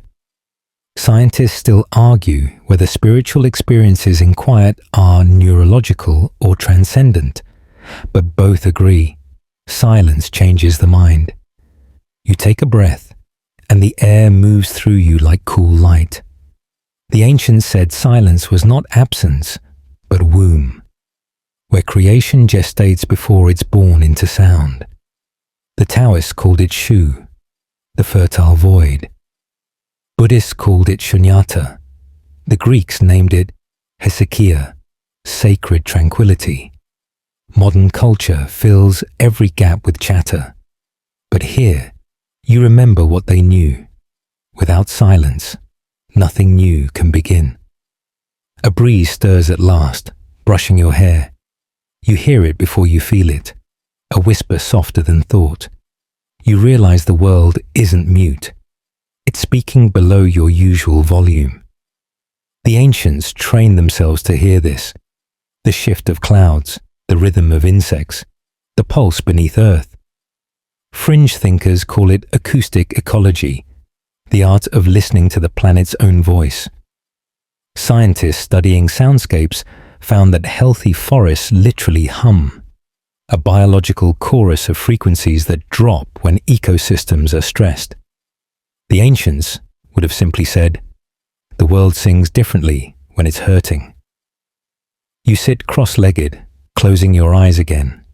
The silence thickens around you, cushioning thought. At first, your mind squirms, eager to fill the void. But the longer you listen, the quieter even the need to listen becomes. Something softens inside. The ancients knew this state. It was called no mind, the place where insight slips in through unlocked doors. Modern neuroscience calls it alpha synchronization, the brain's bridge between focus and dream. You sense a rhythm beneath the stillness, faint but undeniable, the world breathing in slow cosmic time. Scientists still debate whether background cosmic radiation or quantum fluctuations have a sound, but perhaps the ancients didn't care. For them, silence wasn't to be analyzed, it was to be entered. You remember the earlier drumming, the singing, the chants. All those sounds led here, because every true note in the universe eventually resolves into silence, the same way every wave returns to sea. Music, speech, even thought, they're just ripples on this vast quiet. Fringe mystics say that when you dwell long enough in silence, reality itself begins to whisper, patterns revealing, intuition blooming like dawn. Scientists studying meditation-induced gamma waves find bursts of creative insight during deep quiet. The ancients would have smiled knowingly. Of course, you can't hear the divine over your own commentary. You breathe again, slower now. Your heartbeat merges with the hush until it feels less like you beating and more like existence pulsing through you. There's peace here, not the fragile piece of still water, but the deep, steady piece of stone warmed by centuries of sunlight. You open your eyes. The world hasn't changed, but it looks brighter around the edges, as though light itself has softened. Silence isn't the absence of sound anymore. It's a presence behind it. The ancients would have called this awakening. Scientists might call it parasympathetic activation. You simply call it clarity. You stand and begin to walk. Each step sounds impossibly loud against the quiet, but you don't mind. It's like hearing yourself for the first time. The ancients believed that after sacred silence, speech must be reborn, spoken with care.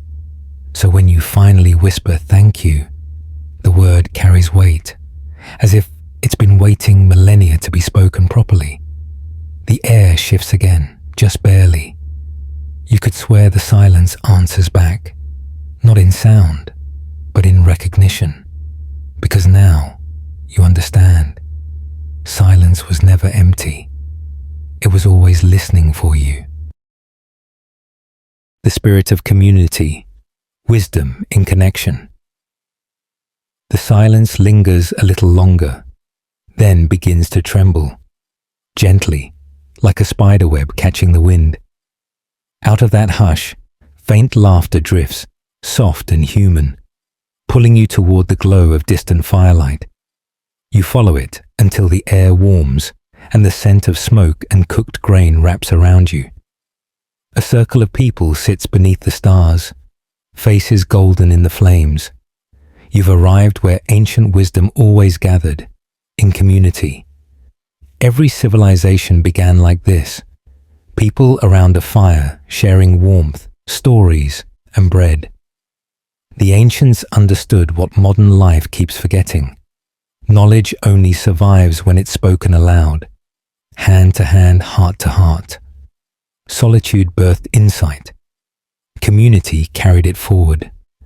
Scientists still debate whether storytelling evolved for entertainment or survival, but data shows shared narrative builds trust faster than logic ever could. The ancients didn't run studies, they ran circles. A mainstream fact, the human brain releases oxytocin during collective rituals, singing, dancing, even synchronized clapping. The same chemical that bonds parent and child also bonds communities. The ancients used this biology with grace, turning communion into chemistry. Tribal chants, temple choirs, harvest festivals, all designed to remind people that joy was a shared resource. Someone by the fire offers you a seat and a bowl of something steaming. You accept, feeling the warmth seep into your fingers. The taste is simple, grains, herbs, smoke, but perfect. Food, too, was once a sacred act of exchange. To feed someone was to acknowledge their soul.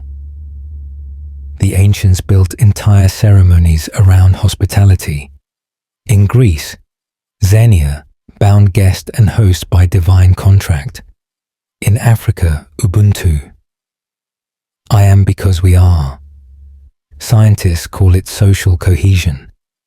The ancients called it love with manners. A child across the circle begins humming, and soon others join, their tones weaving into harmony. The rhythm feels familiar, the same cosmic music you heard before, now filtered through human voices. You realize each community is a microcosm of the universe, individuals vibrating in sync, creating harmony from difference. Fringe philosophers argue that social unity creates measurable energetic coherence, that when humans gather in shared intention, the planet itself vibrates more evenly. Scientists still debate that, but EEG studies show that synchronized group activity literally aligns brainwaves. The ancients would smile. Of course. You're tuning yourselves to each other. You look around the firelight, noticing the range of faces, young, old, scarred, smooth, every shade of earth. No one dominates the circle. Stories pass effortlessly from one to another, overlapping like woven reeds. A woman tells of planting under certain moons. A man recalls dreams that came true. A child describes how he learned to listen to trees. The ancients built their science from these gatherings. Observation, repetition, discussion, modern methods born from shared wonder. You lean back, watching sparks rise into the night. The stars seem to echo them, small flames suspended in infinity. You wonder if, in some way, the cosmos mirrors this campfire, a vast community of light trading stories across the dark. Scientists still argue whether the universe communicates, but physicists describe constant exchange, energy, information, gravity, all endless conversation. The ancients just nodded and said, "As above, so below." Fringe mystics claim that loneliness is a modern disease because we've forgotten the geometry of circles. We build towers instead of fires. Scientists, in their own language, confirm it. Social isolation increases mortality as much as smoking. The ancients didn't have data. They had instinct. They knew that to survive, the soul needs belonging as much as breath. Someone passes you a carved instrument, a flute, light and smooth. You hesitate, then blow softly. The note comes out clear, but trembling. Others join with drums and voices until you can't tell where your sound ends and theirs begins. It's imperfect, but alive. The ancients believed perfection belonged to gods. Humans offered sincerity instead. The music slows, dissolves into murmurs, then silence. Everyone sits content, watching the embers pulse like small hearts. The air feels thick with gratitude. You understand now that community isn't merely togetherness. It's a living organism of shared attention. Each person is a cell, each act of kindness a spark. Scientists studying group flow call it collective intelligence. The ancients simply called it spirit. You close your eyes, hearing faint echoes of every circle that ever existed. Fires in deserts, yurts, jungles, caves. Humanity's heartbeat in 1,000 dialects. It's humbling to realize you've never really been alone. You've just been out of signal range. Someone gently touches your shoulder, smiling, as if to say, "Welcome back." You smile too, because that's all it takes. A gesture, a glance, to turn solitude into belonging.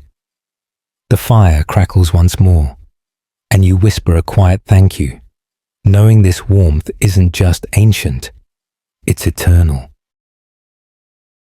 The return to simplicity, the power of enough. The circle around the fire begins to blur, their laughter and songs folding gently into the night air until only the warmth remains. You find yourself walking away from the glow, deeper into the dark, though it doesn't feel lonely. The path beneath your feet is soft, almost expectant. Ahead, the world grows simpler. Grass, sky, air, nothing else. It's peaceful in a way modern life rarely allows. The ancients would have called this contentment, the art of enough. For them, wisdom wasn't about accumulation. It was about proportion, knowing how much warmth, food, or sleep was truly needed, and refusing the rest. The Greeks named it sophrosyne, temperance as elegance. The Taoists taught Wu Wei, effortless action. Indigenous cultures across the world practiced reciprocity, taking only what nature could replenish. Scientists still debate whether simplicity improves happiness, but research shows diminishing returns beyond sufficiency. The ancients would chuckle softly. "We told you so." You pause at a small spring bubbling through stone. The water looks silver under starlight. You kneel to drink, cupping it in your hands. It's colder than expected, and perfect. No packaging, no label, no brand, just clarity. You laugh quietly, realizing that satisfaction often hides in plain sight. A mainstream fact, studies show people recall sensory experiences, like the taste of cold water or the warmth of sun, more vividly than material purchases. The ancients didn't need studies. They simply noticed that joy costs less when it's real. You sit back and listen to the night. The wind moves through tall grass in slow waves. You can almost hear the planet breathing, unhurried. Fringe philosophers say that simplicity isn't deprivation, it's precision. By removing the unnecessary, you reveal what's essential. Scientists studying cognitive overload agree. Too much information clouds clarity. Too much choice dulls happiness. Maybe that's why the ancients lived by rhythm instead of rush. You lie down and look at the stars. No screens, no noise, just distance and silence arranged into order. You imagine early humans doing the same, counting constellations, naming them not for vanity, but for memory. The sky was their only map, their only calendar, and still it was enough. The ancients trusted that they belonged in a system already complete. Modern life, for all its progress, seems haunted by lack. But lack, you realize, is a story we write ourselves. A faint flicker in the distance catches your eye. An old lantern swaying in the wind, hanging from a crooked wooden post. You walk toward it, each step crunching softly. The light isn't bright, but it guides. When you reach it, you see words etched into the post, weathered but legible. To know peace, stop improving. You smile, because that sounds like something both a Zen monk and a weary modern could agree on. Scientists still debate the link between minimalism and well-being, but ancient monks, desert hermits, and quiet farmers already proved the point. Peace begins where striving ends. You take a seat beside the lantern. The flame dances, small but steady. You notice how it uses only what it needs: fuel, oxygen, space, and nothing more. The ancients learned from such examples. They built small homes with large hearts, tools that lasted, rituals that nourished. They measured wealth by the ability to share. Even kings offered gifts to the land before harvest.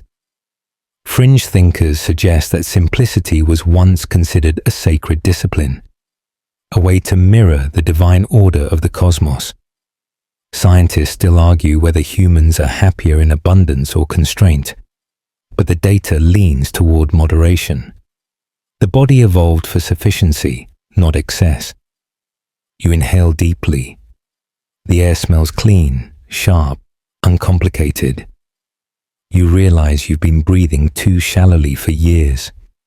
The ancients would call this the first symptom of forgetting, the body mirroring the clutter of the mind.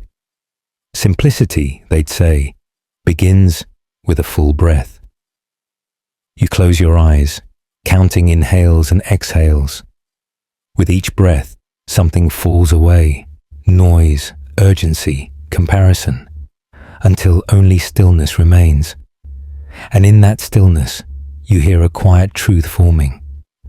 Nothing's missing. Not tonight. Not ever. When you open your eyes again, dawn is hinting at the horizon. The lantern flickers, bowing out gracefully as sunlight takes over. You smile at the trade. No competition, just continuity. The ancients lived like that, knowing when to step back so something else could shine. You stand, lighter somehow. The lesson feels simple enough to carry forever. Want less, see more, give freely, rest often. Scientists might call that sustainable living. The ancients just called it sanity. The path ahead glows softly, leading onward, not toward more, but toward peace. You follow, one calm step at a time, feeling the quiet luxury of enough. The memory of the soul, what cannot be erased. The dawn light spills over the horizon like slow gold, and for a moment, you stand suspended between worlds.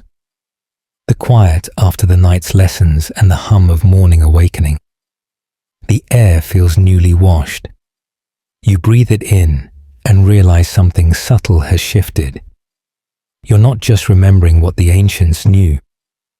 You're remembering something deeper, something your bones have carried all along. The ancients believed memory lived beyond the mind. The Egyptians called it Ren, the true name, the essence that outlasted flesh.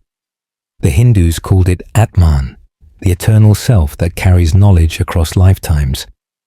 The Greeks spoke of anamnesis, the act of recollecting truths the soul already knows. Scientists still debate whether consciousness can store information independent of the brain, but they do know trauma and intuition imprint on the body in ways reason can't explain. Memory, it seems, is not a file. It's a frequency. You walk slowly through tall grass drenched with dew. Every step releases scent and sound. Crushed herbs, soft water, the whisper of wind. each sense feels amplified, like a tuning fork struck gently by awareness. Fringe mystics say that when you quiet the mind long enough, soul memory rises, echoes of lives, lessons, and loves threaded through your energy field. Scientists studying epigenetics find that emotion and experience can alter genetic expression, passed down generations. The ancients might just nod. Of course. What you live becomes lineage. You pause at a small pool reflecting the morning sky. The water's surface trembles with the breeze, mirroring both your face and the clouds above. For an instant, they merge, your eyes and the sky's color, indistinguishable. You realize how easily identity dissolves when you stop defending it. Maybe that's what the ancients meant when they said the soul never forgets where it came from. It's too busy belonging everywhere. A mainstream fact: every atom in your body is older than the sun. Billions of years recycled through stars, planets, oceans, and hearts. You are, quite literally, cosmic memory. The ancients didn't have particle physics, but they knew this intuitively. They called humans stardust animated by intention. Scientists still argue whether memory can exist at the quantum level, but they agree that information, once created, cannot be destroyed. The universe then remembers everything.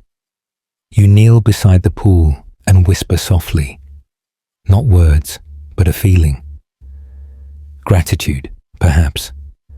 The ripples spread outward, a small vibration folding into wider stillness.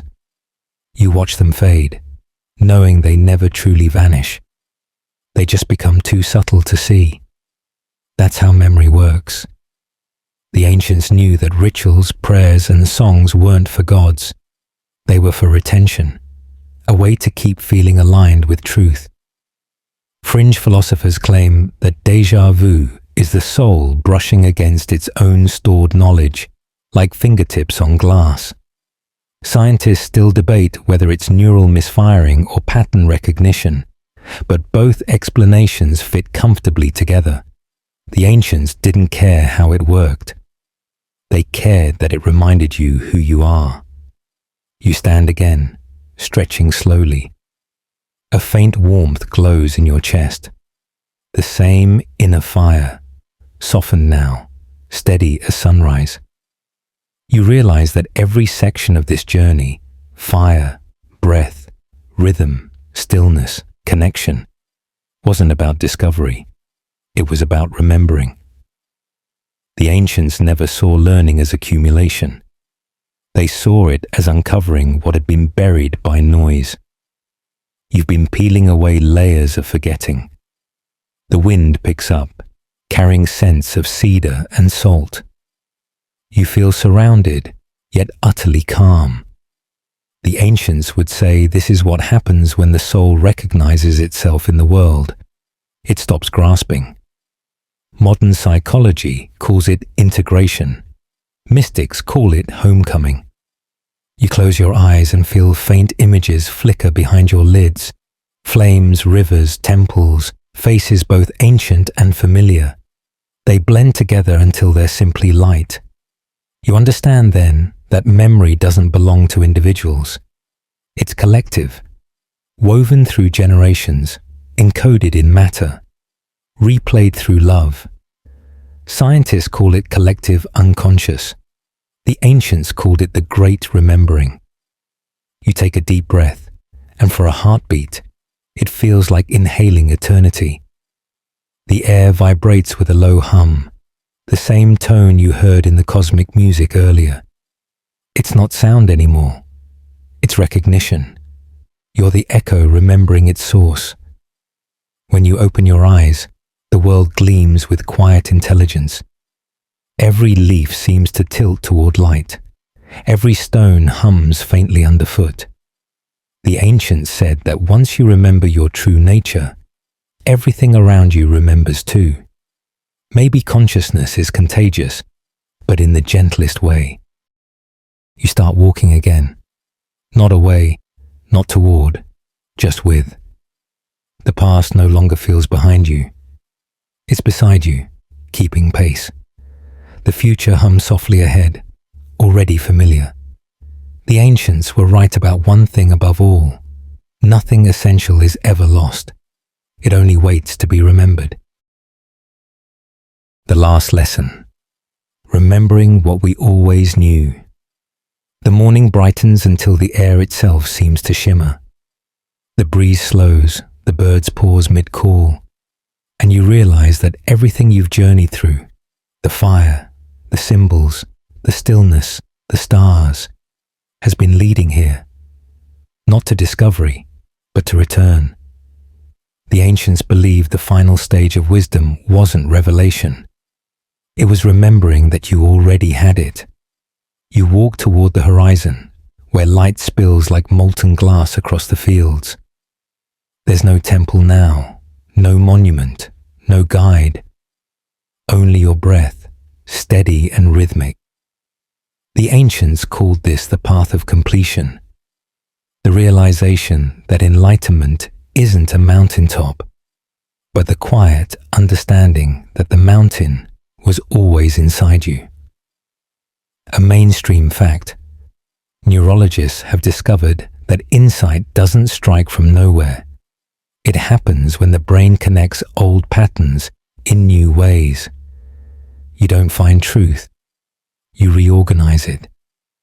The ancients knew this before there were words for neurons.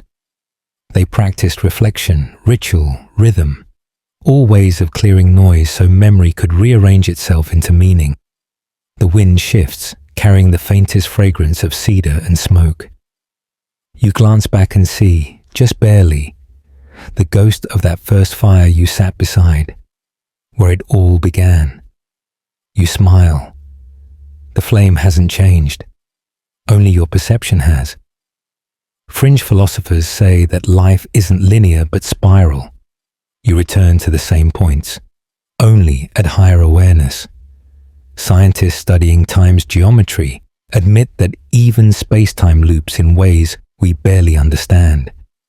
The ancients simply said, as above, so below. You keep walking, feeling the warmth of sunlight melt into your skin. The path narrows until it's no longer outside, it's within. Your pulse quickens, not from effort, but recognition. Every heartbeat sounds like the drum you heard in that first ritual. Every exhale mirrors the wind through the reeds. Every blink is a flicker of starlight reflected in water. You are everything you met along the way. A fringe belief whispers that when you reach this point of awareness, the universe begins to notice you noticing it. Scientists still debate the observer effect, but quantum mechanics agrees. Observation changes reality. The ancients didn't need equations to say the same. They just said, to know something is to bless it. You stop and close your eyes.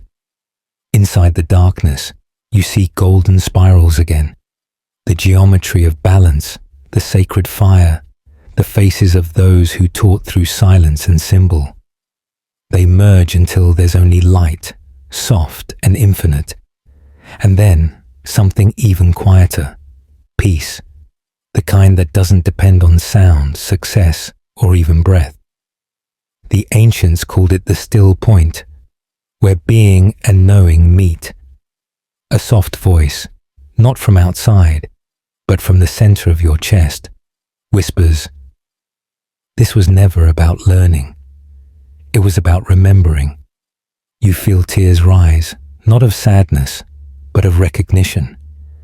You've carried every truth you sought, the rhythm of reciprocity, the grace of silence, the pulse of stars, all inside your own body, waiting for permission to shine. Scientists still argue whether consciousness is a product of the brain or the source of it. The ancients didn't argue. They watched sunrise and said, "That light is us." You open your eyes again. The world hasn't changed, and yet everything glows slightly brighter. Even the smallest things, the curve of a blade of grass, the hum of an unseen insect, feel like part of a vast, loving intelligence. You remember now that you are not separate from the ancient, the modern, the cosmic, or the ordinary. You are the conversation between them. You inhale once more, deep and slow. The air feels sacred, ordinary, and infinite, all at once. The ancients might have called this moment enlightenment. You just call it coming home. The sunlight falls gently across your shoulders. You turn your face toward it, smiling. There's no ending, only continuation. The same pulse of energy passing through new forms, again and again. You whisper a quiet thank you, knowing it's not to anyone, but to everything. Because that's the final lesson. You've always known the way back. You were never lost, only remembering. So now, let everything soften. Feel your breath slow, like ripples settling after rain. The ancient rhythms fade into the background, but their warmth stays, steady, familiar. You've walked through fire and silence, through stars and memory, and you've returned whole. Let your eyelids grow heavy, your thoughts quiet as sand drifting in the tide. Somewhere, the universe still hums, but you can rest now. It will keep the rhythm for you. Sleep as the ancients once did, knowing that every heartbeat is part of eternity's gentle song. Sweet dreams.